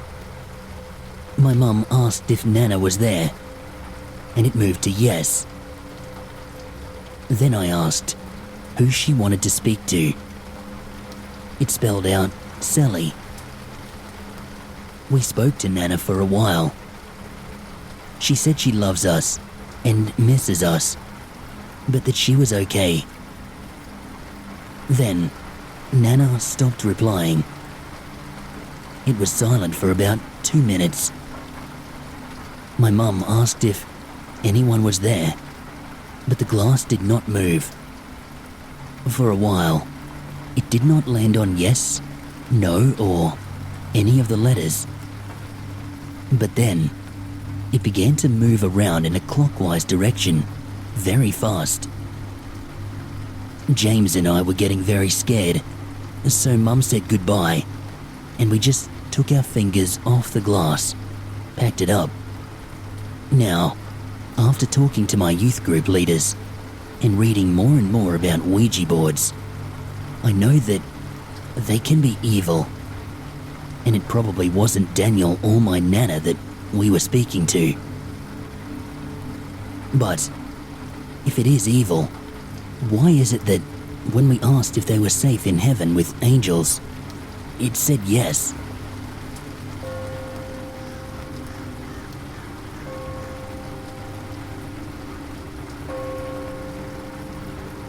I had never played with a Ouija board before, but one night my cousin convinced us to give it a try. My cousin, a couple of years older and probably my closest friend, was always full of adventurous ideas. To be honest, I was terrified. I had heard countless stories about spirits and ghosts. Growing up in rural South Australia, where there wasn't a lot to do, these stories held a certain eerie fascination for me. So, with a mixture of fear and curiosity, I agreed to this new experience of engaging with the spirits. My cousin laid out all the rules, emphasizing that if we didn't believe, it simply wouldn't work. He told me that it wasn't an original Ouija board, but assured me that using a silver coin on a homemade one would work just as well. He also told me that it didn't matter if it was real silver or not, just the color was important. We had to blow on both sides of the coin, placing our fingers lightly on it, in the center of our homemade Ouija board. No idea where he got his info from, but he was the authority on the matter, so I didn't even think to question him. Our first encounter with a spirit left me utterly baffled. Should I laugh or cry? I was convinced my cousin was playing a prank, applying pressure to the coin as it spelled out S8N. I soon learned that one of the important rules of the Ouija board is that if it spells out the alphabet in order, it means the spirit wishes to enter our world. This happened several times that night. Not the best way to kick off my first Ouija experience, and it left me in a state of dread.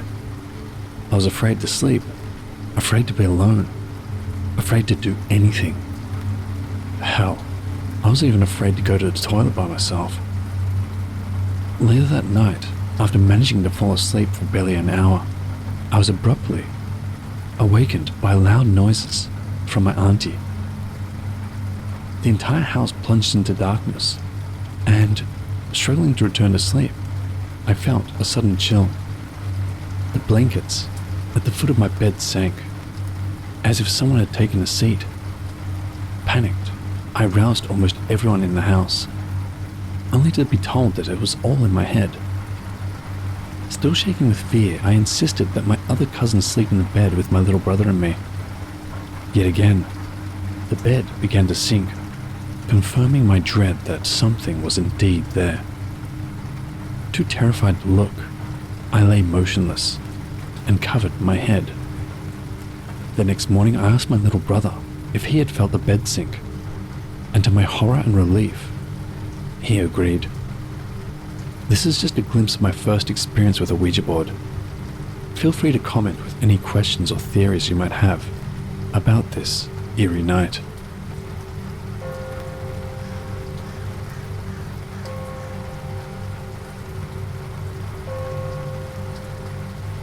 This is the dumbest thing I've ever participated in.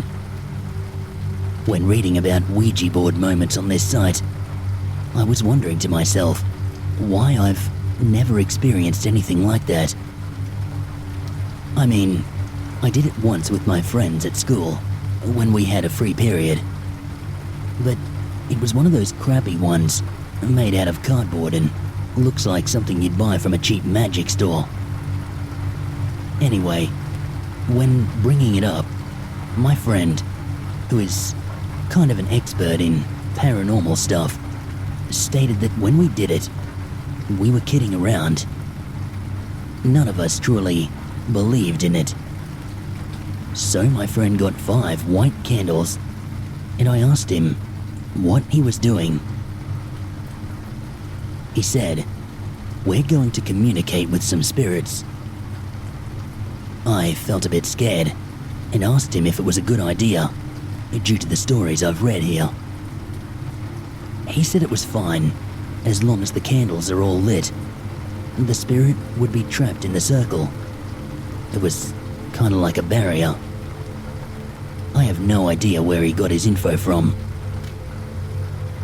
He then called our other 3 friends who were playing Street Fighter 4 downstairs to come up and join. Daniel, the paranormal expert, set up the candles in the form of a star. He lit them up and told us to sit outside of it, but in between the candles, and he placed the Ouija board in the middle. One of my friends was laughing. We sat and we started asking questions. My friend, who was laughing before, burst out in laughter and asked, "Is your ectoplasm your jizz?" We all started cracking up. Then, Daniel told us we had to get serious, but some of us were still giggling. Then, all of a sudden, the pointer went to 3, and Daniel said, "Don't move it." We were all shocked, as we told him that none of us had moved it. We all let go of the pointer, and it jerked to the left a bit, but not by much, but enough for 5 of us to notice it moved on its own. My friend Craig, who started to get freaked out, shot straight up and pointed at the board. What the hell was that? We all stood up and looked at each other. Daniel, on the other hand, placed his hand on the pointer and yelled at us to do the same. All 3 of us did so, but Craig was like, "No way, man. This is some scary shit. I'm out. I'm not getting possessed." Daniel yelled at him to just do it. So he sat down and put one hand on the pointer in frustration. Daniel, who was the only one being serious, asked, "What does 3 mean?" Kira, the one who asked that inappropriate question, starts laughing again. But this time, Daniel told him to keep it to himself. the pointer moved again to 2, and Daniel looked at us, and we were all freaked out now. I was thinking to myself that this is actually happening. I told Daniel to stop because I was remembering the stories from here. He agreed, but as soon as we let go of the pointer, it shot straight over to 1. Daniel quickly got up and ran outside. We all stepped back from the board, and he came running back with a bell and some incense. He went to one of the candles to light the incense, but it blew out by itself.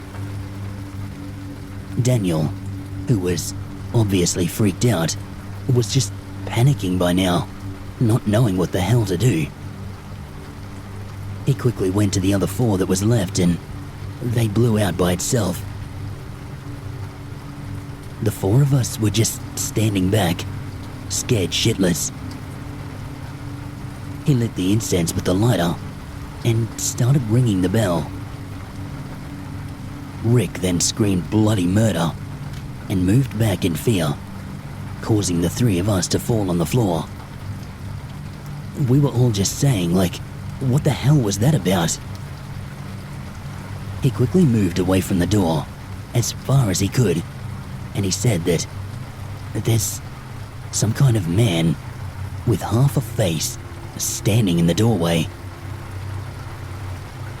All of us had chills now, and we started moving away from that door, but not looking at it. Craig then, all of a sudden, started vomiting.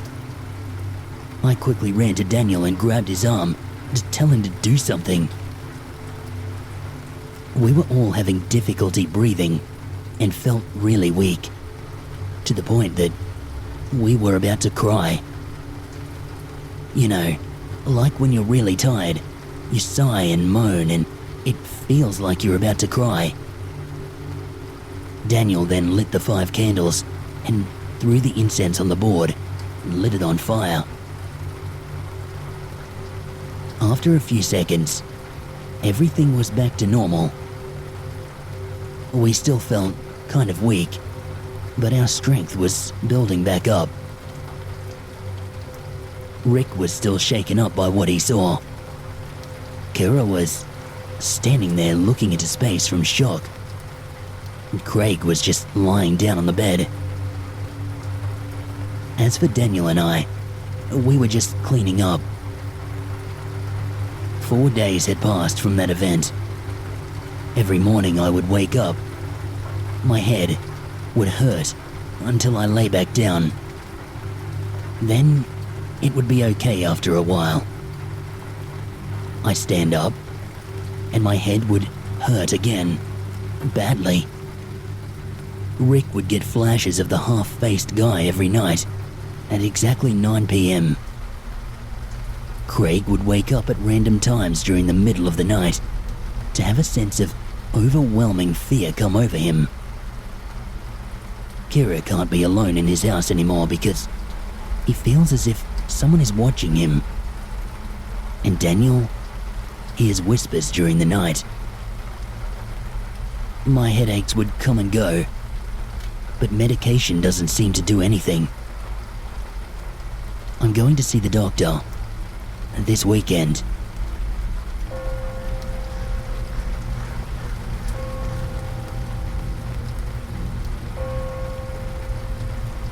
My story starts about 2 or 3 months ago, when a friend and I decided to try to use a Ouija board at our school in the suburbs of Brisbane, Australia. We didn't take it as seriously as we should have, nor did we take any precautions about the safety of using it. Being only 16, we were just experimenting with new things. Quite stupid of us in hindsight. We set up the Ouija board in a secluded corner of the school library, thinking it was a fun and harmless way to pass the time. My friend, always the bolder one, confidently took charge, placing the planchette in the center and instructing us to place our fingers lightly on it. We began asking standard questions like, "Is anyone there?" and "What is your name?" all the while trying to be as quiet as we could as we were in the library.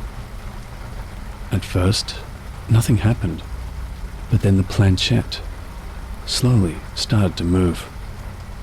We thought it was just our imagination or one of us pushing it. That was until it spelled out something strange. I am here. We continued to ask questions, getting more and more uneasy as the planchette moved from letter to letter with increasing speed. Eventually, it spelled out Jaime. Jamie.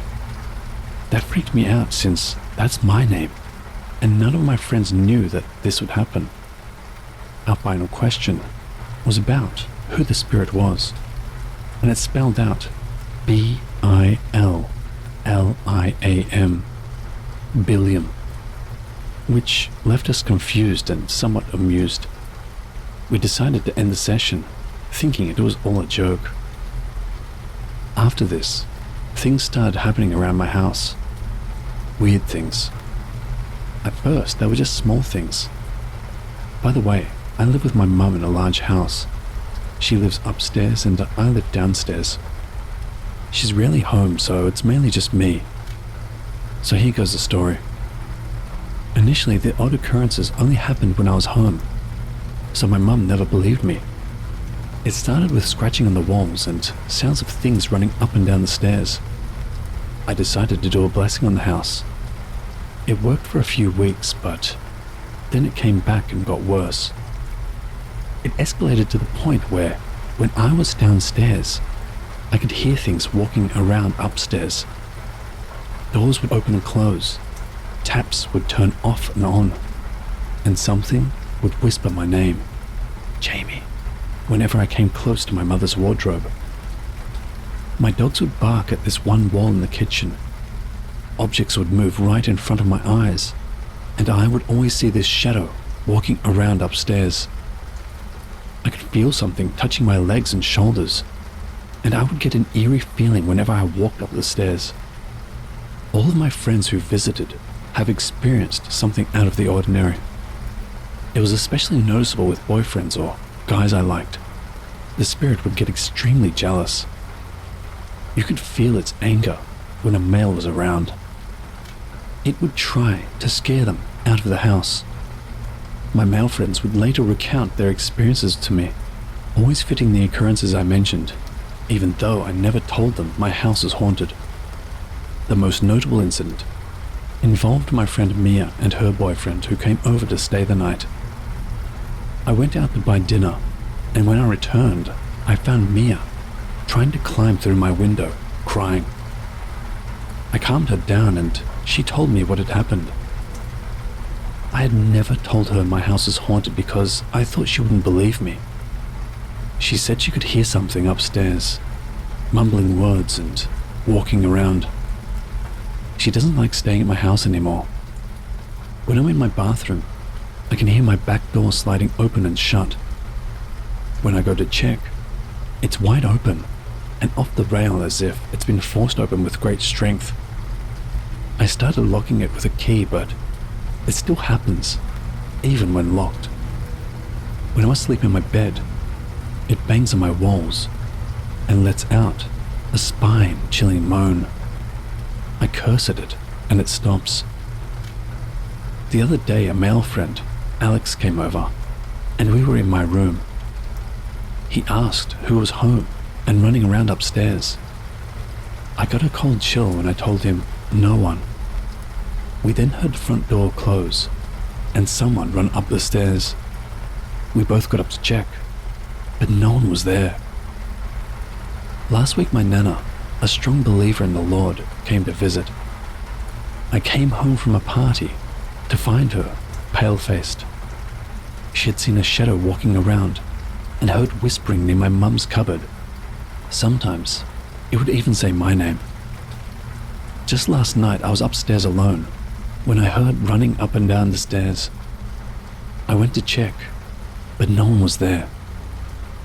Turning to walk away, it started again, and I could feel the vibrations of the feet hitting the steps. When I went back upstairs and sat on my lounge, doors and cupboards began opening and closing. It stopped for a few minutes, and then got worse, banging on the wall behind me. I went downstairs and locked myself in my room.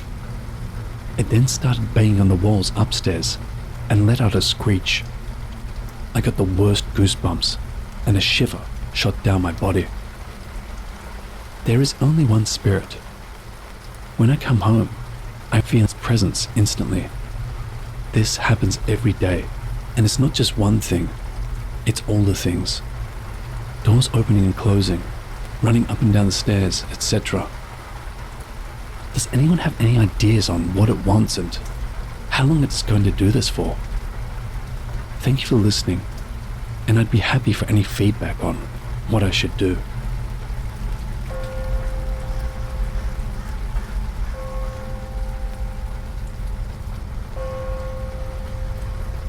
We decided to spend the long weekend at my parents' house in Laguna. I brought along our new nanny. In the past, my parents' previous nanny would often talk about feeling strange things in the house. But since she hadn't mentioned anything recently, I thought maybe whatever it was had gone away. Or maybe it was just her imagination all along. However, we had two strange experiences during our stay. Firstly, within 10 minutes of arriving, and while we were unpacking and organizing our things in the cabinets, the wall clock fell down. It happened so suddenly. I tried to convince myself that it was the wind since it was a bit windy that day. I laughed it off, thinking, oh, there you are again. And I didn't give it much thought. Even when I walked past the fallen clock on my way to the bathroom, I didn't pick it up. I figured it might fall again if I put it back. Honestly, if that clock had fixed itself back on the wall, we probably would have gone home right away. Secondly, we had bought a bracelet name tag for my baby from a chiange. It had a set of letters you can insert into the plastic band to spell names or messages. I thought it was a good idea for safety, so if he ever got lost, I'd have some identification. We left the bracelet at home when we went to the Halloween party at the clubhouse. When we returned, we found my baby's bracelet in a mess. Some letters and symbols were all over the bed, and I was puzzled. I was the last one who left the room before we set off for the party. Except for my parents' nanny. Everyone had left the house to join in the fun. I asked her if she had gone upstairs to check the rooms after we had left, and she said no. She added that she thought we were still upstairs because she felt and heard noises, like someone was there. Once again, there was that strange feeling. My sister laughed a lot because she never notices anything unusual. She was amused how quickly these things happened to us, but not to her. I haven't yet heard any stories from my new nanny, but she did mention there's something off in our house. She calls it a crumb, which makes me slightly nervous. I try not to think about it too much, or I might get scared and want to leave.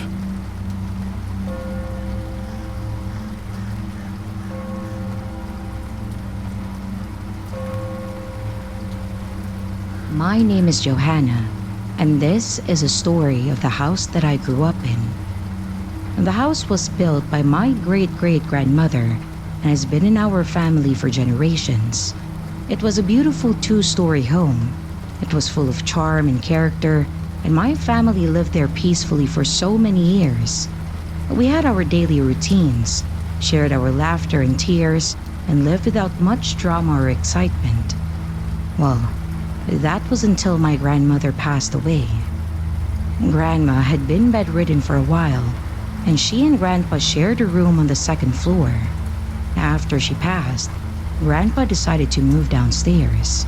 He said he needed a change and wanted to be closer to the rest of us. With this move, the second floor became a place no one visited, and it didn't take long for it to show signs of neglect, peeling wallpaper, gathering dust, and just an overall sense of abandonment. At first, we didn't think much of it. Life just went on as usual. but soon, we started noticing odd things. Footsteps could be heard from the second floor, as if someone was walking around. Our dogs would gather at the foot of the stairs, barking and growling at something none of us could see. I was just a young girl at that time, but I was convinced that the house was haunted. My mother, on the other hand, insisted that it had to be a wild animal that had somehow found its way inside. One day, after hearing the footsteps once more, my mom decided that it was time to take action. She grabbed a broom, determined to scare off whatever was causing the commotion. So I followed behind her, clinging to her pants as we approached the stairs. She told me to stay back, assured me that she'd just scare the animal away. And with a determined look, she threw the broom up the stairs, and it landed with a loud thud. We heard a rush scuttling noise, and then everything went silent.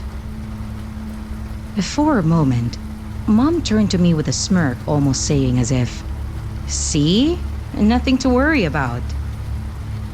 But as we began to walk away, something happened that neither of us could explain.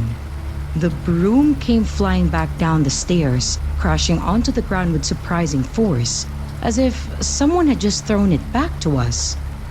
I looked up, and I saw what vaguely resembled the shadow of a person, and it vanished as quickly as it appeared. I screamed, and my mom grabbed my hand, both of us rushing to find Grandpa. He was sitting in his favorite chair, and his presence brought a sense of calm. We told him what had happened, and he held us close, speaking in his gentle, soothing voice.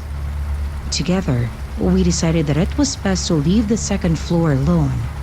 We knew that ignoring the problem wouldn't solve anything, but as long as it stayed on the second floor, whatever it was, and we stayed on the first, we felt safe. Our neighbors, though, they occasionally brought up strange occurrences, figures in the windows, noises at odd hours, and we would nod and brush it off, not wanting to delve into the mystery of the second floor. Life continued, and we just adapted to living with the unknown presence there. Yet, the feeling that something was always watching lingered like a shadow over our lives. As I grew older, the haunting became a part of our family's history, a story whispered among us but never discussed openly. We accepted it as one of those things that couldn't be explained, or perhaps didn't want to be. In time, we moved out of the house, leaving behind both cherished memories and unsettling experiences. The house still stands to this day. We never really found out what haunted the second floor, and maybe that was for the best. Some mysteries are just meant to remain unsolved and tucked away in the past.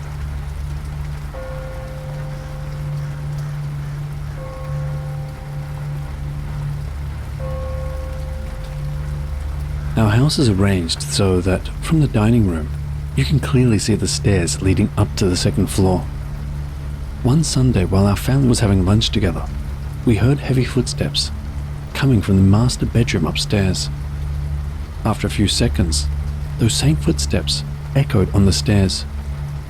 What made it strange was that our stairs are carpeted, so it was unusual to hear footsteps so clearly. The scariest part? There was no one there, and it was bright daylight. Then one night, I came home from work late, around midnight. Before going to bed, I decided to watch some TV in the living room. Finding nothing interesting, I turned off the TV and put down the remote. But to my surprise, the TV turned on again right away. It was odd because it switched to a channel that needed someone to press the remote twice. This realization hit me only after I calmly turned the TV off again. After that, I quickly ran to my bedroom, feeling a bit spooked. We also have a mirror facing the stairs, through which you can see the corridor on the second floor. One day my sister was using the mirror when she noticed a figure crossing the corridor at the top of the stairs. She assumed it was my brother, and didn't pay much attention until my brother actually crossed the corridor seconds later, going the same direction as the figure she saw. Once, I found myself locked out of my room, only for it to mysteriously unlock a few minutes later without any explanation. Another time, a relative forgot to turn off the electric fan in a bedroom. As he was about to go inside to switch it off, he heard a click, and the fan turned off by itself. There have been many instances when family members see a figure quickly darting towards a room or the bathroom, as if racing someone inside. We often think it's a family member playing a prank until we realize there's no one there.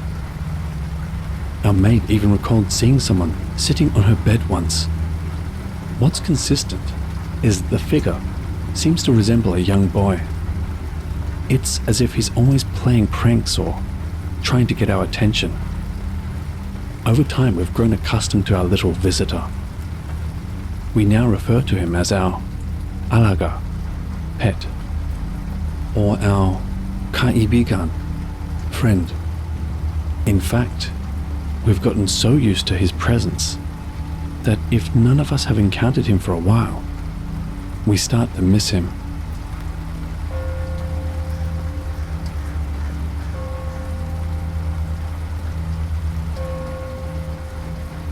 They say you can't believe in things that are just stories unless you've experienced them yourself. That's how it was for me when I was a girl. We used to live in an apartment in Kala'ukan. It was upstairs because that was the biggest space we could find. One day I was off work and decided to watch Eat Bulaga while relaxing on the sofa. Everything seemed normal until I heard footsteps coming up to our door. I turned and waited, expecting someone to be there, but there was no one. I brushed it off and continued watching TV. But then the footsteps started again. This time I turned around, thinking it must be my brother. Yet again, there was no one. This kept happening several more times. I turned around repeatedly, convinced it might just be my imagination. But then the footsteps came again. I decided to ignore them this time, but suddenly, the footsteps changed into a fast run, straight at me. I was shocked and couldn't move at all. I felt as if someone hugged me tightly, like I was tied with a rope. In this terrifying moment, a loud male voice boomed in my ear. What do you want me to do to you? I tried to see who was speaking, but the embrace was so strong that I couldn't move. Panic took over and I screamed. The moment I did, the grip loosened and I was free. Shaken, I got up quickly and ran downstairs to my neighbor's apartment. I was trembling and tears were rolling down my face as I told him what happened. I clung to him for comfort and didn't want to leave his side the whole time. That experience was so frightening, I just can't forget it. Many strange things happened to me when I was young. I have more stories, but I'll share them next time, because they still scare me to this day.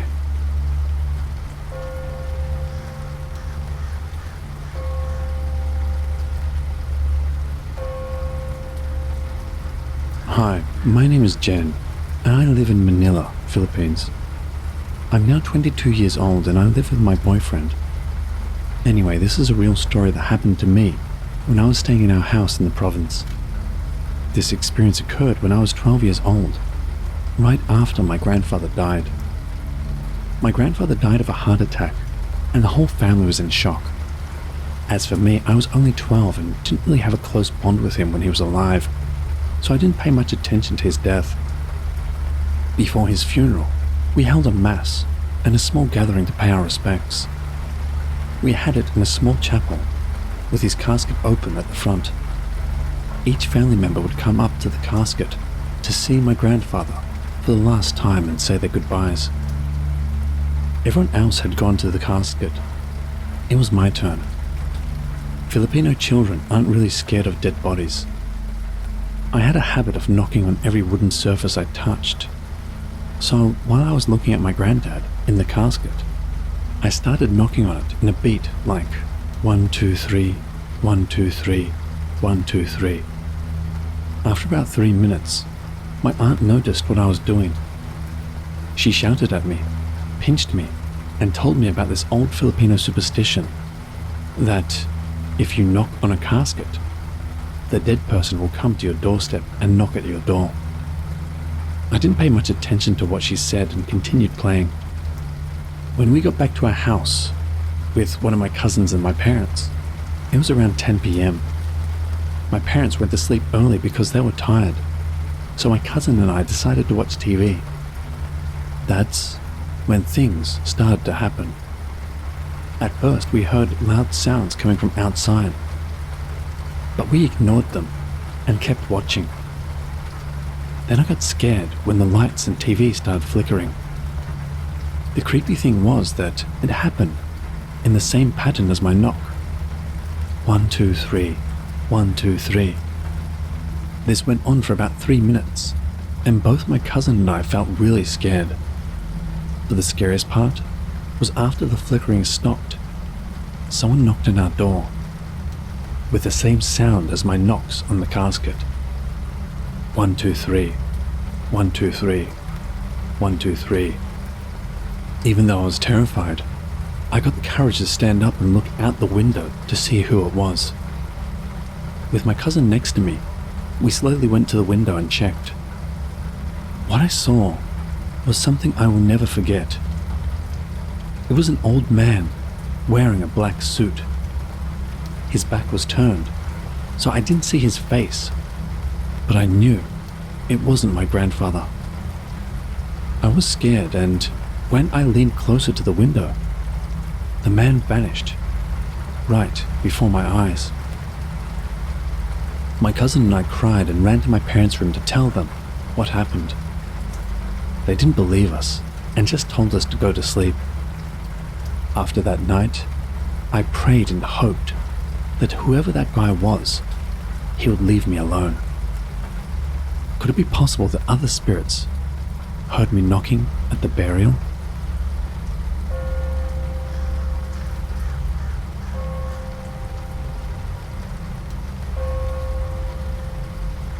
Hi everyone, my name is Valerie, and this is something that happened to me a few years ago. Like many young people starting college, I was both excited and nervous. I had gotten into the university that I wanted, but it was a 2-hour drive from my home. Commuting for 4 hours every single day was not something that I wanted to do. So, after getting permission from my dad, I started searching for a place closer to school. For 2 days, I scoured the area, but I found nothing within my budget. Most apartments were too expensive. And finally, I stumbled upon a place that was cheap and conveniently located. The catch? It was near an abandoned hospital. Well, I didn't really care much for that. Creepy or scary places never bothered me.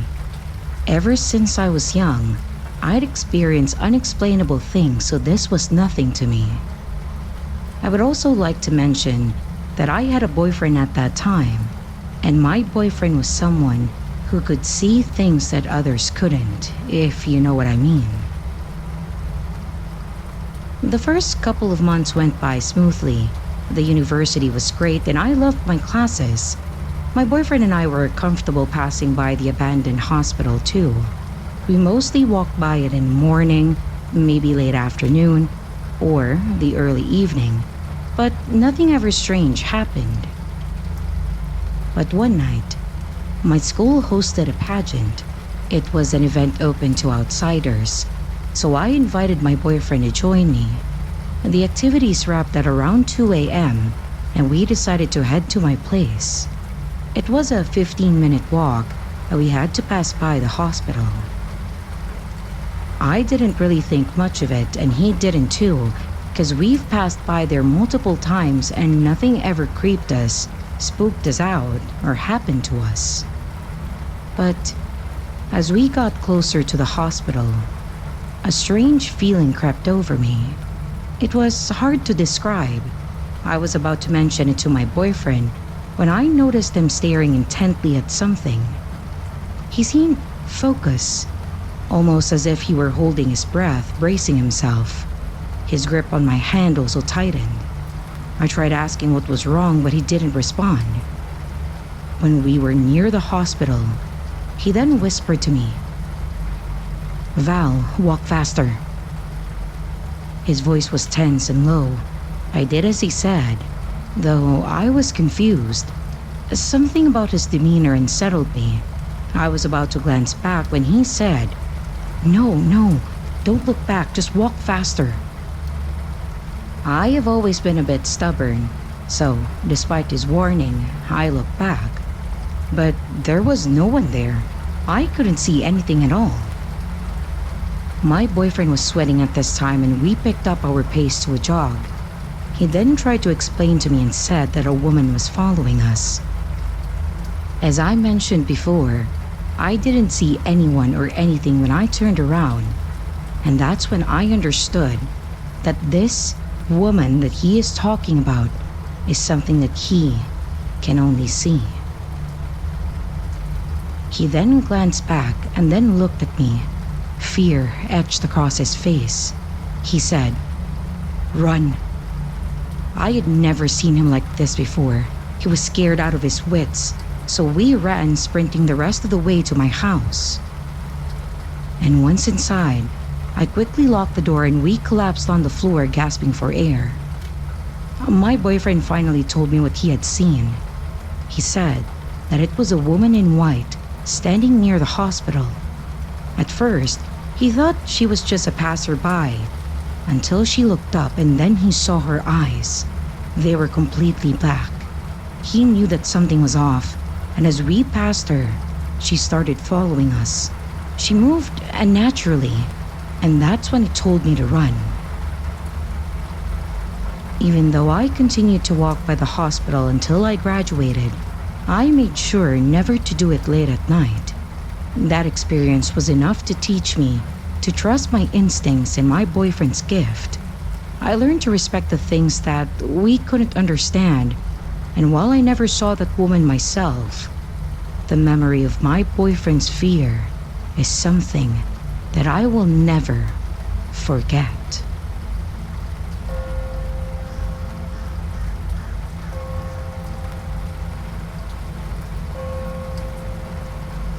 I have to admit, our house often shows unexpected sights to its visitors. Here are some experiences people have had while staying here. 1. High school reunion. Last year, during a reunion at our house with 10 friends, something strange happened. One friend asked about a girl peeping from the second floor. I thought it was just his imagination, so I ignored it. But 5 minutes later, another friend said they saw a woman on the terrace upstairs. The weird thing was that nobody went up there, and there wasn't any girl like that in the house. This left us all feeling uneasy. 2. Visit from my friends. Just last month, my friends, Nath and Keen, visited. I showed them around the second floor. As we headed down the stairs, Nat felt like he was pushed from behind and almost fell. I joked about the stories of a presence upstairs to ease the mood. This made us all wonder about things we might not see but could feel. 3. My own experience. One evening, my older brother decided to use the computer in my room on the second floor. While he was working, I took a break to visit the restroom. From there, I thought I saw him leave the room with his head down, walking towards the stairs. This seemed strange, so I looked back into my room and found him still sitting at the computer, as if he never left. Moments like this make me question what I really see. 4. Morning discomfort. One morning around 7 a.m., I was rushing out to buy pandasal and forgot my cell phone. I I asked my daughter to toss it to me from the window. When I looked up, instead of seeing her, I saw a young lady with an angry face, and it wasn't my daughter. A bit scared and confused, I sent my niece up to check if my daughter was still asleep, and she was. This encounter left me feeling uneasy as I drove away. These experiences often make us wonder if we're really alone in this house.